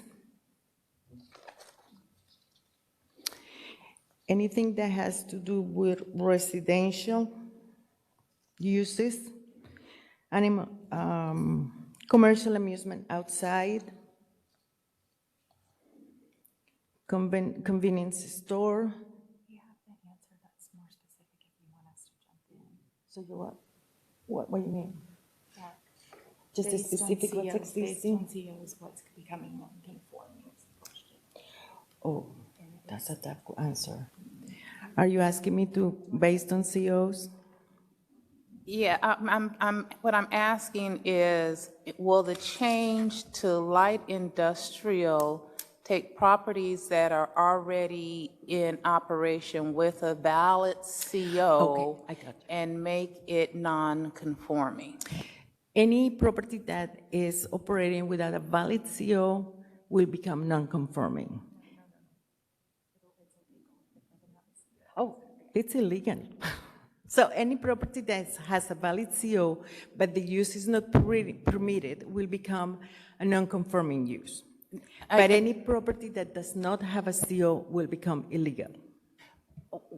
No, let me see if I can reword it so that. Are there properties that are on the ground in this authorized hearing based on the recommendations of light industrial? Will there be properties that do have valid COs? Will they be, do you know if there are properties that have valid COs will become non-conforming with this recommendation? Not specific ones. Okay, so changing any IM to LI will not make any properties on the ground with valid COs non-conforming? Say that again, please. Making LI. Any properties that are In that are IM. being that this recommendation changes from IM to LI, will there be any valid operating businesses to become non-conforming? Yes, if they have a proper CO, they will. Commissioner Blair, yes. I understand your question. We believe that we are not making anything non-conforming. Thank you. Can you go to page 7 and 8 on your presentation? Yes, ma'am.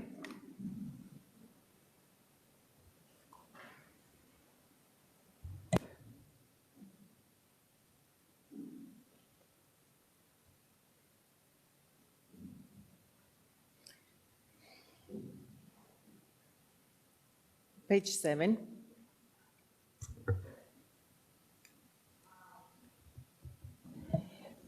When you're saying you're looking for the protection of residential use from the areas that have heavy industrial uses, and you're looking to keep the dust from away from those affected residential uses, I understand that the recommendation, if I'm correct, is to increase the buffer from 20 feet to 30 feet, correct? That is only for the Plan Development District 778. That's only for PD 778? Yes, ma'am. In that PD, and I know you had to open up the PD and really look at it. That's all right. In that PD, does the PD only provide Article 10 protection, or is the landscaping more intense than Article 10? They have landscape provisions, but they say that except as provided in this paragraph, they are to comply as follows. Following additional, for sub-area A, which is on the left side of the PD, a tree preservation zone must be provided along the western property of the abutting on I-45, which we don't have residential on I-45, so it wouldn't. It talks about caliper and evergreen trees, but it doesn't, in the location as shown in the plan, in the conceptual plan. And basically, it does not say anything exclusively when it comes to residential adjacency.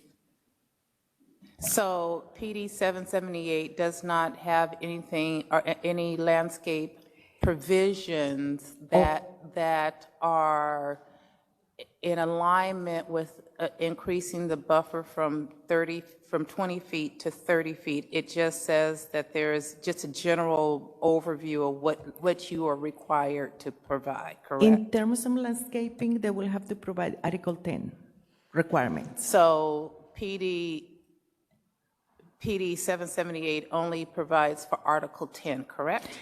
No, ma'am. It provides certain specific requirements for certain areas, but then if it is not that, if that doesn't apply, then you will have to go to Article 10 and apply the requirements for Article 10, like a buffer, landscaping, trees, the 10-foot I understand. 10-foot buffer for landscaping, items like that. Okay. Commissioner, if you don't mind me adding on to that. So I do understand your question. We are not recommending any provision on landscaping beyond Article 10. But when the use is outside storage, we've kind of called out specific provisions that are going to come into play in terms of screening when they are adjacent to residential use. But the default is to go with the provision of Article 10 unless there's an outside storage that is adjacent to a residential use. Thank you. I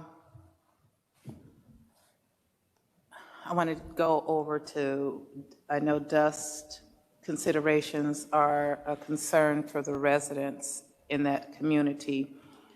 In what you said is you wanted to keep dust from commercial industrial operations from affecting residential properties. What does this recommendation offer for that protection? Technically, we are not recommending anything specific because a lot of the non-conforming uses or a lot of the existing uses, they have been there for so long that the requirements for the pavement, for the surface of the property where they park, items like that, if they were not required before, basically the CO keeps being approved unless they come up with a building or a structure. So, Commissioner, again, if you look at the zoning designation for residential use, we made deliberate and intentional attempt to ensure that the uses that are adjacent to those residential uses are primarily agricultural.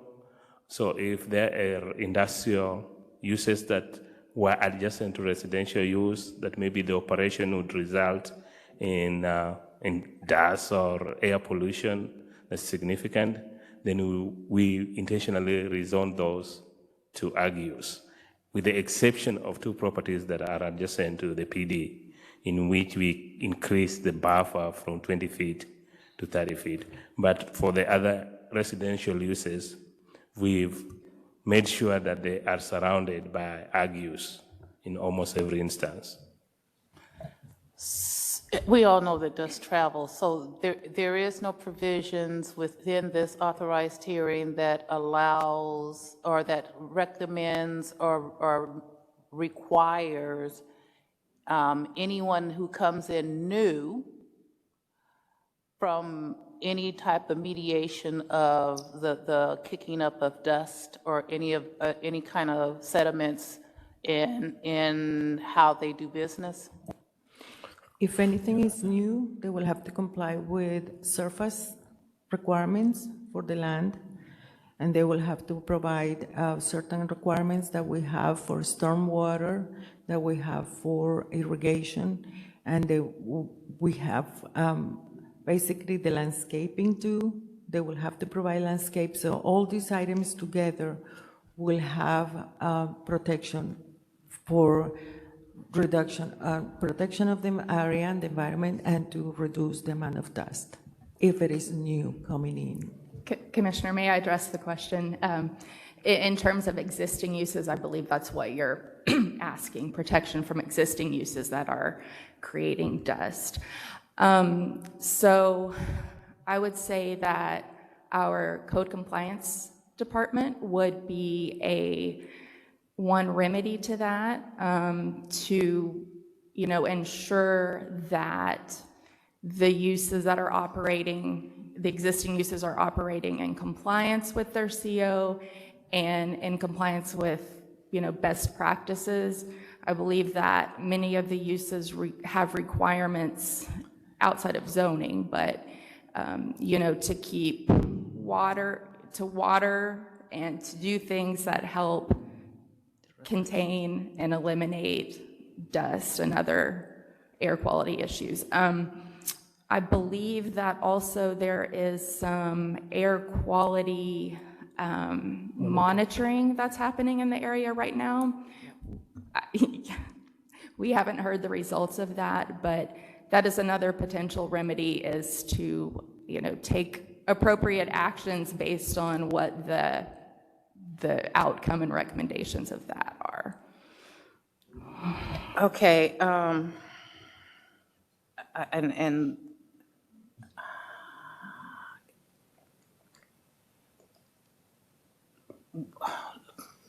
let me see how I'm going to do this one. We have all seen letters from the community in which they have agreed that this is a happy medium, except for the request along the Trinity to change LI to AA. Can you please address why the recommendation to soften LI more, or what has been done to soften LI properties with residential adjacency that does not warrant the recommendation, the change that they're asking for? Right. So as Olga mentioned in the presentation, LI is considered to be a kind of a compromise. We were trying to find a balance that addresses concerns and desires of both sides. But one thing that will help is by acknowledging the existing single-family properties and zoning those as R districts. There are built-in protections. So our code does specify that LI is, the least intense district of the industrial districts and is not inappropriate adjacent to residential. So they're mostly inside uses. There's not a lot of heavy manufacturing or intense outside uses that are allowed in LI. But by zoning properties with single-family uses as single-family districts, there are protections that are then triggered by new development in LI. Some uses require a residential adjacency review, so that's done at staff level at time of permitting, but it is an opportunity to add conditions that help ensure compatibility.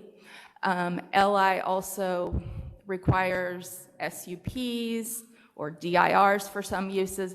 So again, by acknowledging and appropriately zoning the single-family uses, they will have built-in protection that way that they're not being afforded right now with everything being the same, within the same zoning district. Those protections aren't built in. Well, every letter we got asked that it's been changed to AA, and you're saying to residential, but you're not given any residential designation. We don't have a zoning classification for just residential. When you say residential, what do you mean? Right, sorry. So agricultural is actually classified under uses as a residential district. But when I say residential district, I'm referring to our R districts, which are our single-family districts, such as R7.5A, R10A, right? And so there are protections that are built in by identifying those properties and zoning in them that way. So the locations where they're saying that they're asking for agricultural being changed from LI to agricultural, and we know agriculture is also just a placeholder for any type of zoning. Would it be a better recommendation then to change it to like an R75 opposed to agricultural? Yeah. So, Commissioner, I think one of the points that was emphasized in the case report was that staff is not recommending additional residential development in this area. It is a floodplain, and the only reason why we recommended those residential districts was because we wanted to provide protection for the residences that are already there. So changing undeveloped land into a residential district when we don't want more development in the area because it is a floodplain wouldn't make sense. So we just kind of provide a residential district for existing homes. But I think it is not the intent or staff recommendation that we create additional residential district to encourage residential development such as R7.5 or R5A. So, and I get it, I do get it. So with this being all a floodplain area, that would mean that if there is any type of development, they would have to bring it out of floodplain in order to develop it. So are we saying that changing it to LI gives the protections, but it doesn't really matter because it's floodplain area and they would have to bring it out of floodplain to develop it anyhow? No, that's not what I'm saying. What I'm saying is changing it to a residential district such as R. No. What I'm saying is, it doesn't matter whether it's residential, light industrial, commercial, it's in a floodplain. Yes. And because it's in a floodplain, are we saying that in order to develop it, and that's a question, yes, so it's not a statement, in order to develop it, any site would have to be lifted up out of a floodplain to develop and to build on. So whether it's AA, residential, LI, CS, you would still have to comply with bringing it out of a floodplain state in order to build. That's correct. The floodplain development regulation would still apply. Regardless of the zoning, that's a whole separate process that any new development will need to. And the staff did meet with Trinity Watershed Development Group and the floodplain team to discuss this. So they kind of made it clear to us that any new development that comes within that area would still have to go through their review process and would have to comply with the floodplain development regulations. Yes, and sorry, I just wanted to kind of circle back around to, I think, the first part of the question. So we did, when recommending the agricultural district, we started with undeveloped properties that currently, don't have any development, and we would recommend keeping them that way for environmental reasons. And then with the LI, we are recommending to apply that to properties that are currently developed and operating, because we do need to acknowledge that they exist. And we were very careful and intentional when recommending the agricultural district adjacent to residential. Thank you. Yeah. Thank you, Commissioner Blais. Commissioner Carpenter, followed by Commissioner Shernock. Was there any consideration given to formulating a PD for the section of this that is where you chose straight zoning LI? We did set out to see if we could meet our objectives with base zoning, and fortunately enough, we realized that we could strike that balance and meet our zoning objective without necessarily requiring a PD. It is something that we typically, as a practice, try to avoid if we can meet the zoning districts that we want without requiring a PD. Now, I understand the theory, but I've actually lived this in reality. When 21 years ago now, when we were rezoning, we were doing an authorized hearing to rezone the West Commerce Fort Worth Avenue area. The zoning starting from the river going west was IM, IR, CS, on and on. And at that time, and we've had these discussions in the comprehensive land use plan meetings as well, there really isn't a straight zoning category that effectively will transition an area away from an industrial past. Because IR, I guess I'll make this a question. Are you aware that light industrial, the category sounds less industrial than it truly is in reality? Because while light industrial eliminates the possibility of coming in with the most extreme outside incompatible uses and the inside incompatible uses, there are still lots and lots. I mean, if you go through the use charts, there's really not very much difference. It still allows, freight terminals and heavy machinery equipment and machinery and commercial motor vehicle parking and outside storage and warehouses. All of these uses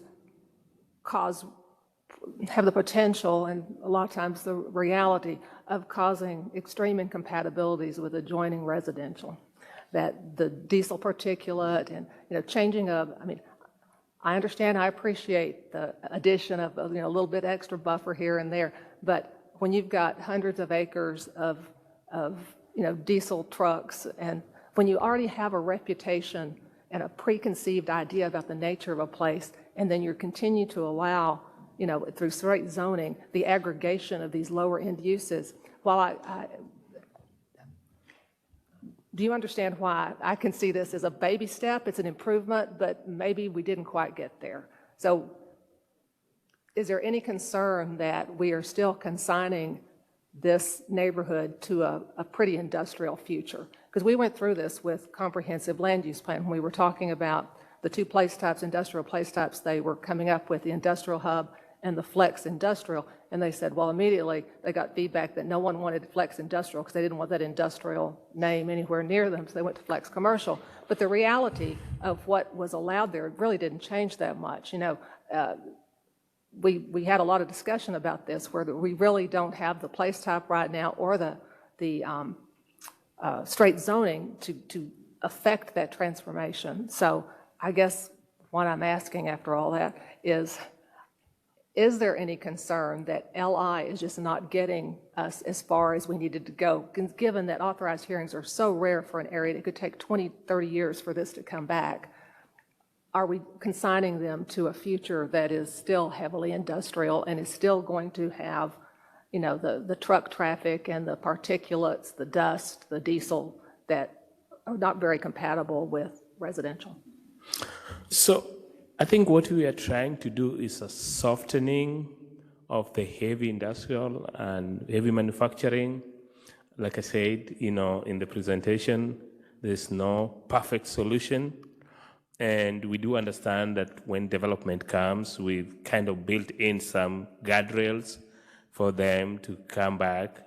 And maybe if with those reviews, whether they are SUPs or DIR or RAR, that if there are also opportunity for staff to make recommendation that could lead into a PD, nothing precludes them from asking for a PD for specific development. But I think to kind of strike a balance, we don't want to impose condition, because the goal is we are trying to make it easy for them to transition into something else. We are not making conditions for existing uses.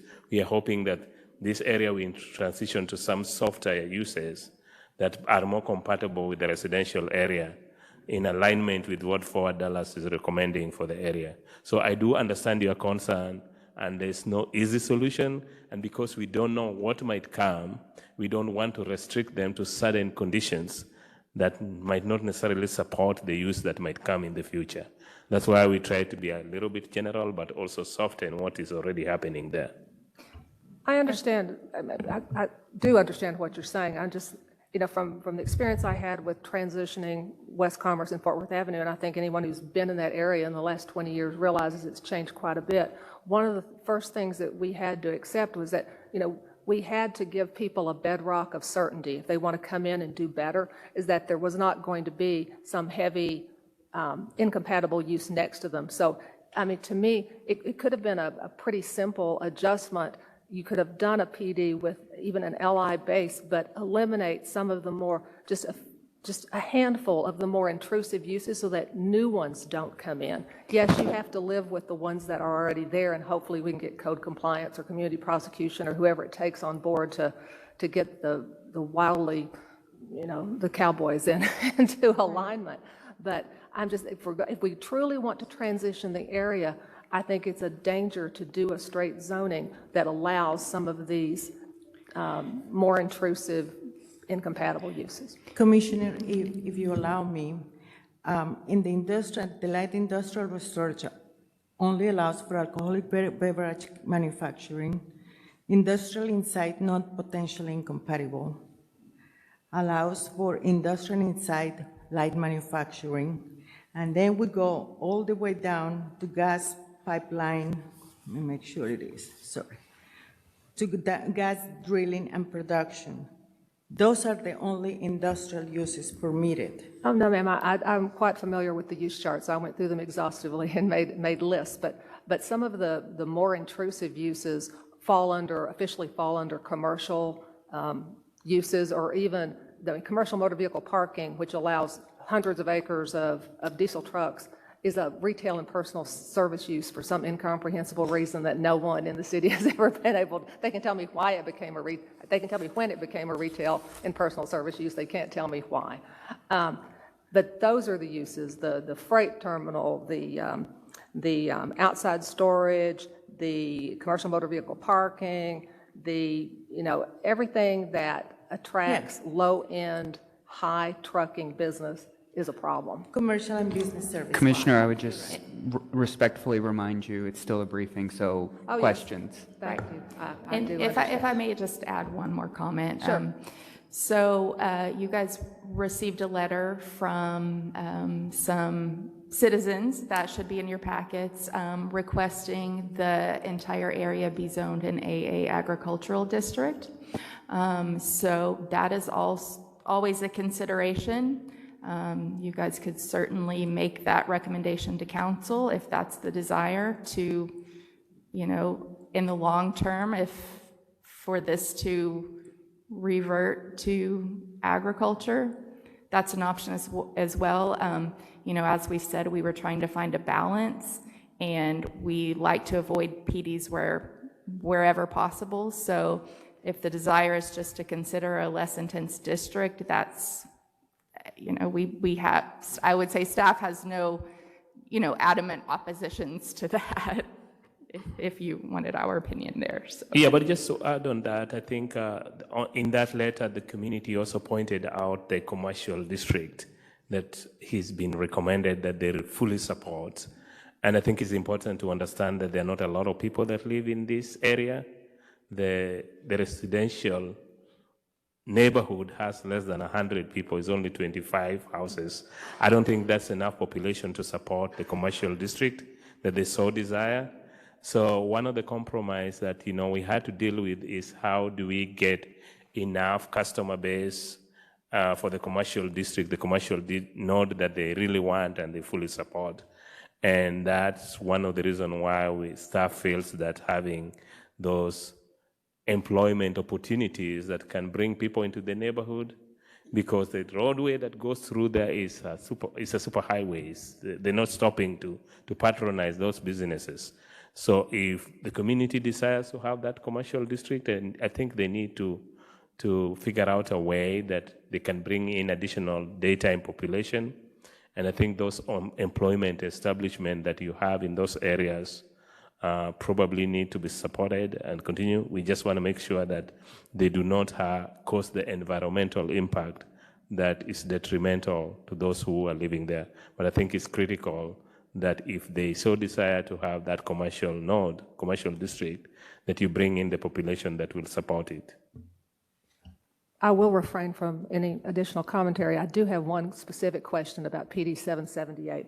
I didn't understand, you did go through and you added a lot of DIRs, RAR, SUPs to various uses. I didn't understand the logic behind, say, adding an SUP requirement for a mini storage warehouse, but just going to RAR for a warehouse. Because, warehouses can be huge logistics situations with lots of trucks. What was the logic for having a more stringent requirement for, say, a mini storage warehouse than for a full-blown warehouse?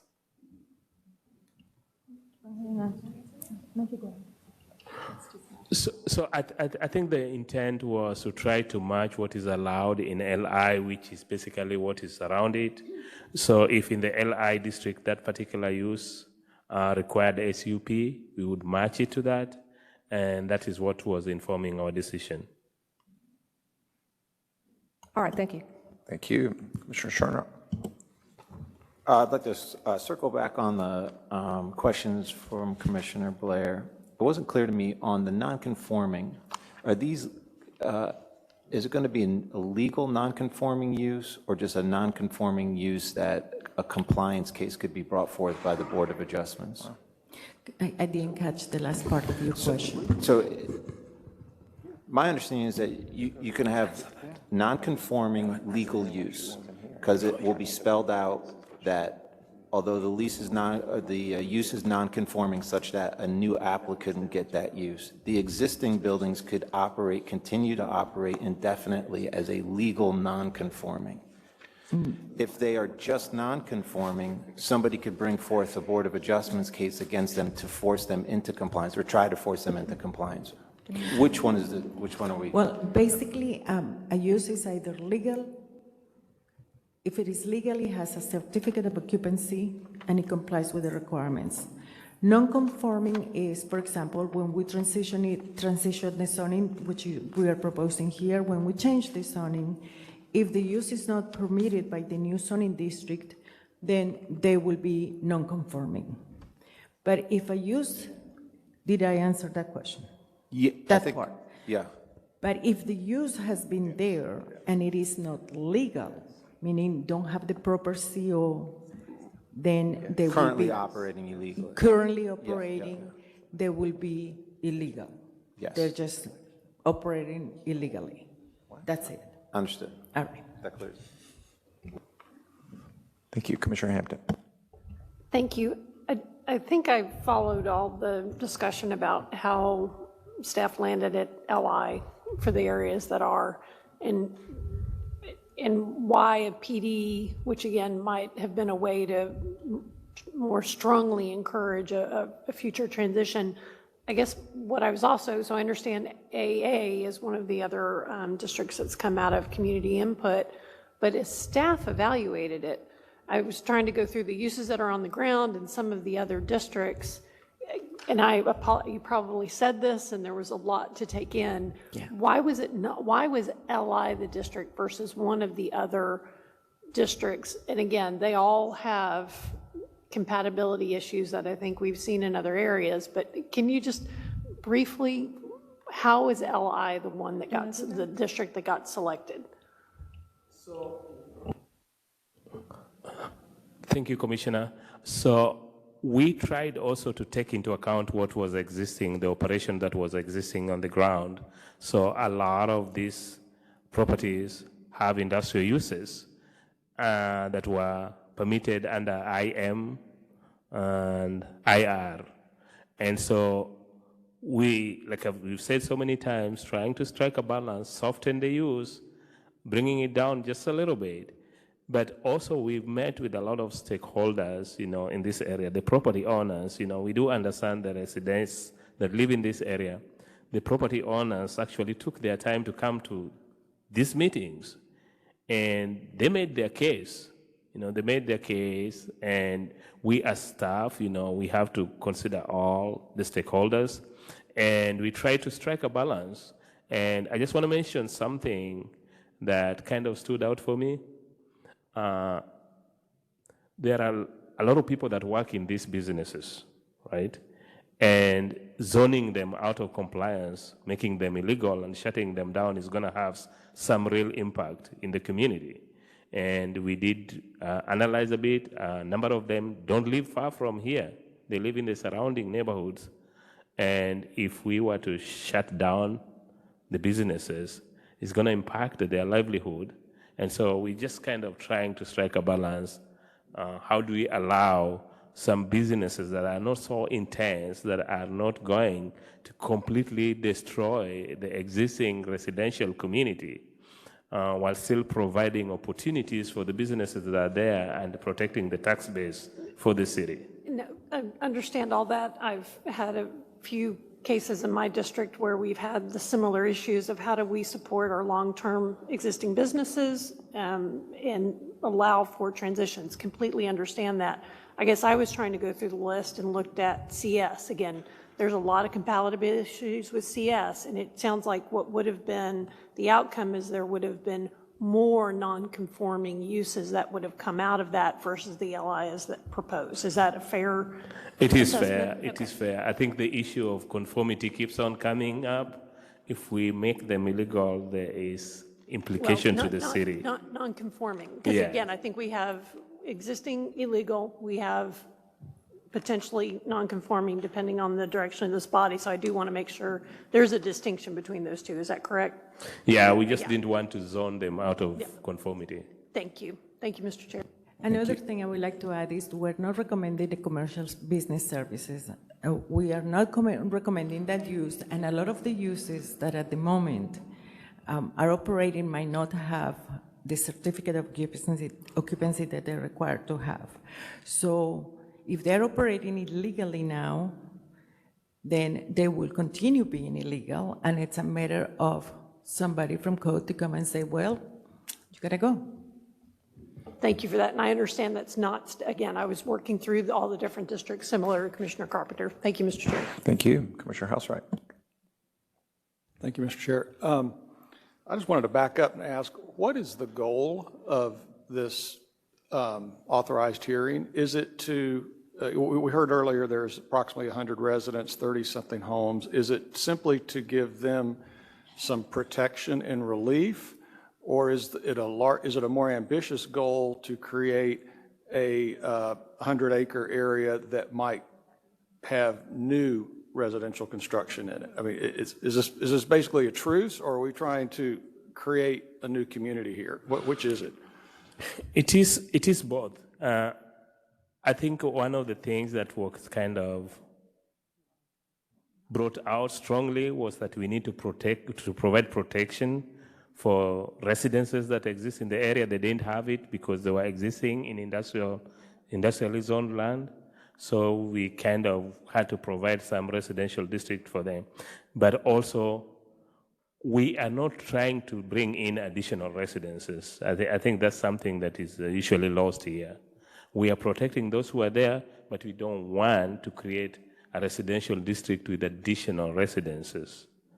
So that's what was one of the objectives, providing protection for only those who are there, and also ensuring that we don't create a situation where we bring in additional people to live in the floodplain.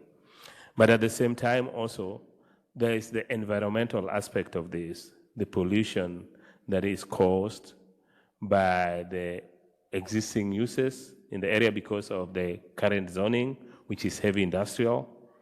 And so our goal was to try to, if possible, eliminate that, and if the impact is going to be more on the negative side, soften it, lower down the intensity of the uses, and those were the true primary objective, keeping in mind that this is an environmentally sensitive area. It's along the Trinity. There's the 5 Mile Creek that also we need to protect. So it was kind of a balancing act of environmental, economic impact, and also protection of the residences that are there. Okay, so you've mentioned the stakeholders several times. Can you tell us exactly who those are, and do they agree that no new residential should be built?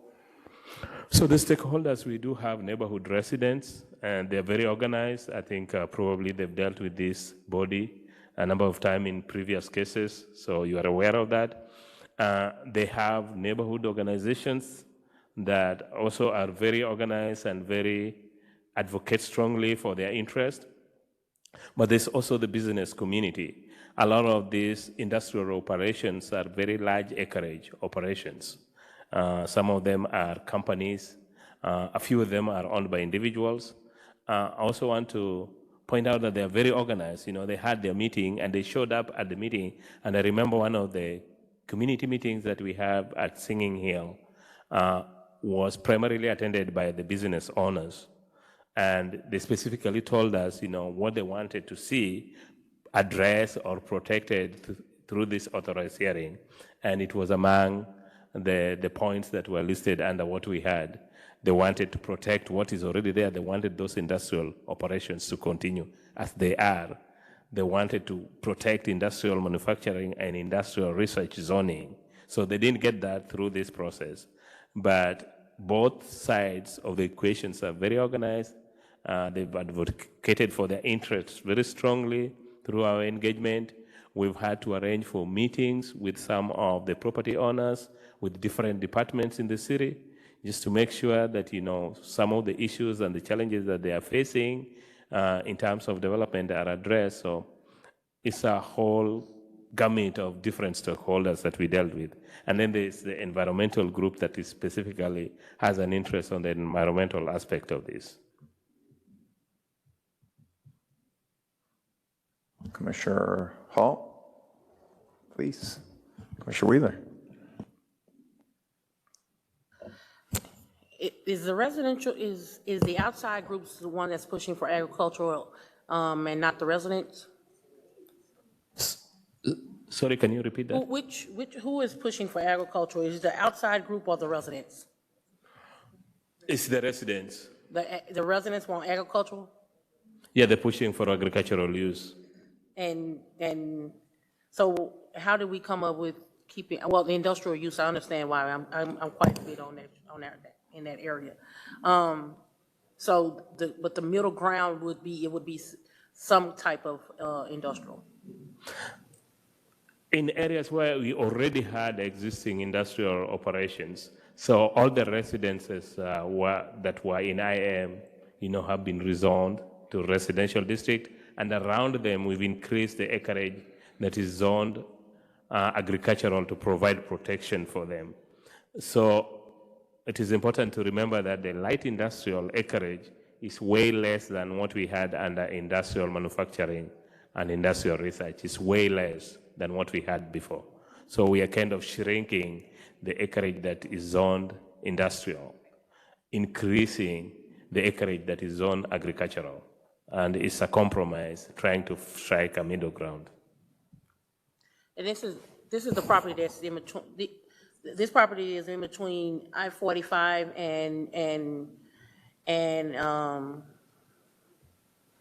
310 Central Expressway.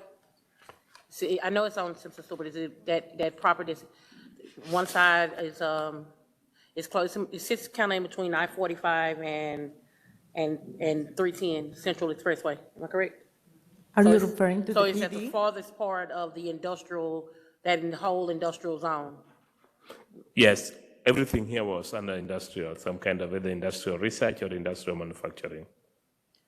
Are you aware that most smaller retail businesses that cater to the more residential base usually don't survive in that area because of the type of, because mostly it's truckers or something in that industrial use, including the city of Dallas? Yeah, I'm aware of that, and that's the point that I was trying to make, that if we don't bring in some people to the neighborhood, we don't have enough population to support retail in this area. So do you, have you all took into consideration that this is continually moving into industrial areas and putting more homes closer where we will lose some of our industrial base that service and those property, a lot of people in that area do live and work in that right area? We do understand that, but this is a floodplain. We don't want to encourage residential development just because, and even if we did, it would be expensive to develop in a floodplain, and there is cost implication of establishing residential development. So initially, residences that existed here were not recognized legally. They were under industrial manufacturing, so technically they were not supposed to be there. But we kind of created a zoning district for residential to recognize them and provide protection for those who are there. What we are trying to do is not encourage more people to move into this area because it is a floodplain. And I think that's one of the reasons why, if you look at the residential subdivision that is right outside, if you look at the zoning map, you'll see a residential subdivision that has been emptied out. And that was done because of flooding. Just seems like we keep moving into industrial and allowing residential to take hold. At some point, we're not going to have any industry.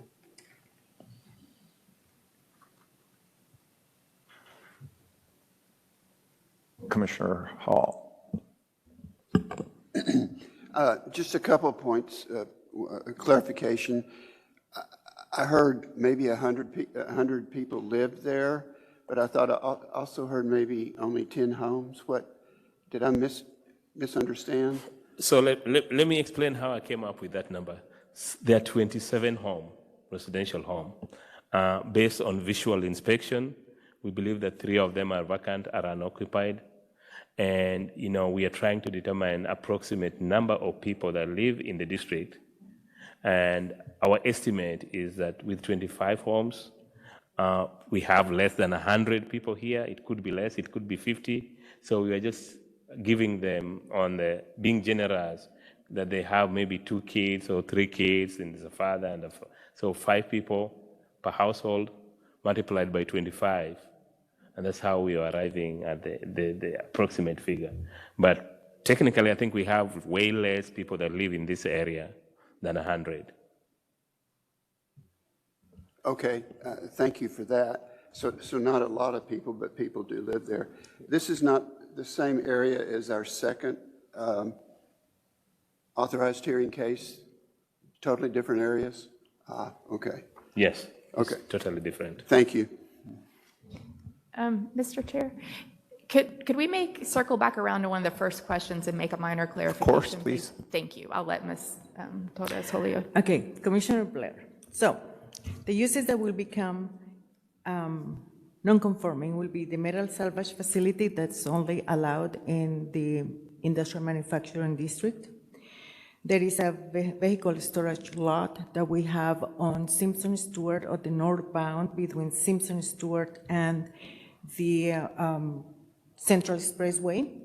And then we also have an outside salvage and reclamation, which is a very large use north on South Central Expressway. So those will be the 3 ones. Now, any use that we have right now that is illegal, operating illegally, that they are going to be illegal. Yes, ma'am. So, thank you.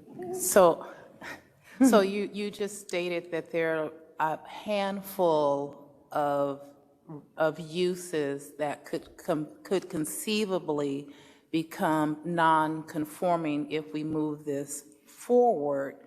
And if there is anyone who challenged their ability to operate, then Senate Bill 929 would go into effect and we'd have to go through that process, correct? Yes, ma'am.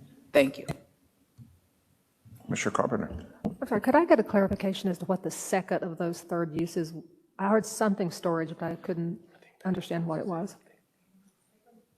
Yeah, because there was a metal, yeah, you said a metal one was the first one, and then there was auto salvage. Vehicle storage lot. Vacant storage? And vehicle storage, okay. The vehicle storage lot, yeah. Please, Commissioner Carpenter.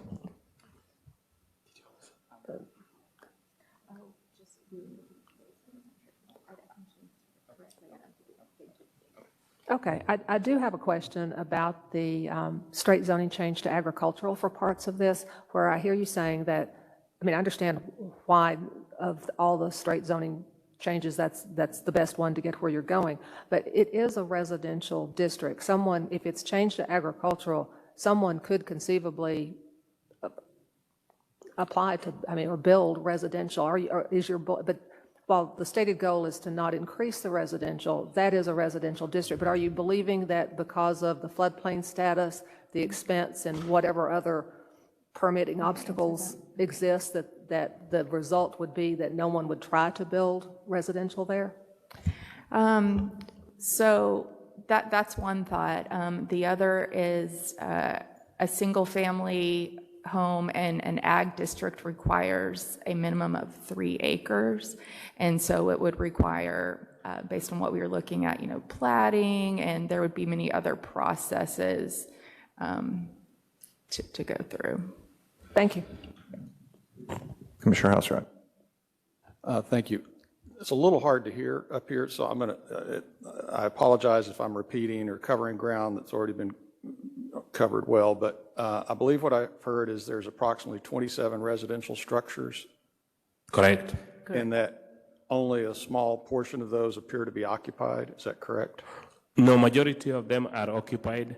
3 of them we suspect are vacant, unoccupied. Okay, so. But approximately 25 Okay, so I had that back. are occupied.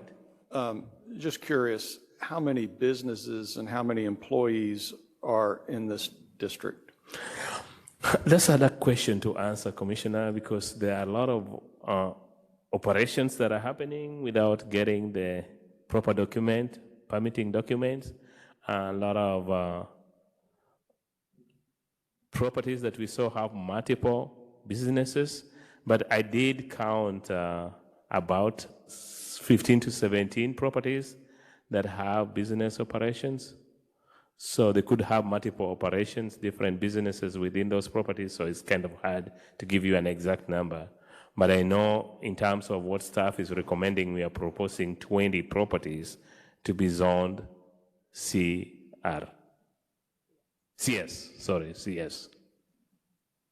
which is going to be the commercial district.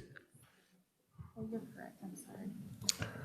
Thank you for the I'm clarification. sorry, he was Please. correct when he said CR. I incorrectly corrected him on that. CR. Commissioner Wheeler, please. At these community meetings, were it the Single Hill community, or was it the neighborhoods on those 25 residents? Sorry, can you repeat that? Were the homeowners or property owners and residents in that area, were they at the meeting, or was it on the other side of I-45, which is Single Hill?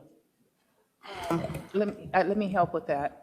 Those community meetings, those community meetings included not only the Floral Farms community, the meetings also included the business owners that are in this area, and it also included outside stakeholders who have worked with both the businesses and the Floral Farm community. The Floral Farm community includes not only the residents, those that are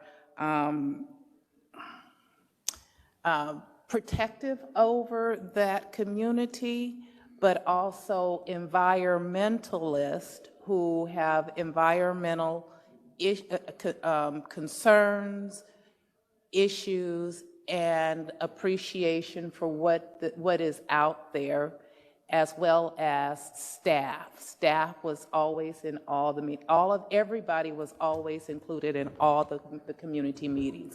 And there were several community meetings in which not only I participated in, but the district participated in. So when we talk about community meetings, it was a very in-depth,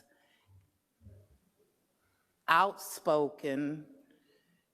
It even included previous council members. So it was a very in-depth meeting. So I got one more question. And I ask this question anytime we deal with industry that is in proximity. Who was there first? Because you said something to the effect that residential wasn't ever supposed to build there, but they built. The residential development happened between 1920s and 1950s. Okay, so that's just and one the thing. annexation of the land was in 1956. Okay, thank you. Any other questions, commissioners? Thank you so much, Ms. Holyoke and team. We look forward to seeing you again for the hearing. Commissioners, Thank you. Did I? Okay, thank you so much. Commissioners, let's just go ahead and brief the rest of the cases before we hear them at the hearing. Go ahead and take our lunch break. It is 12:03 p.m. and that concludes the briefing of the Dallas City Planning Commission. We'll be back online at 12:30 sharp.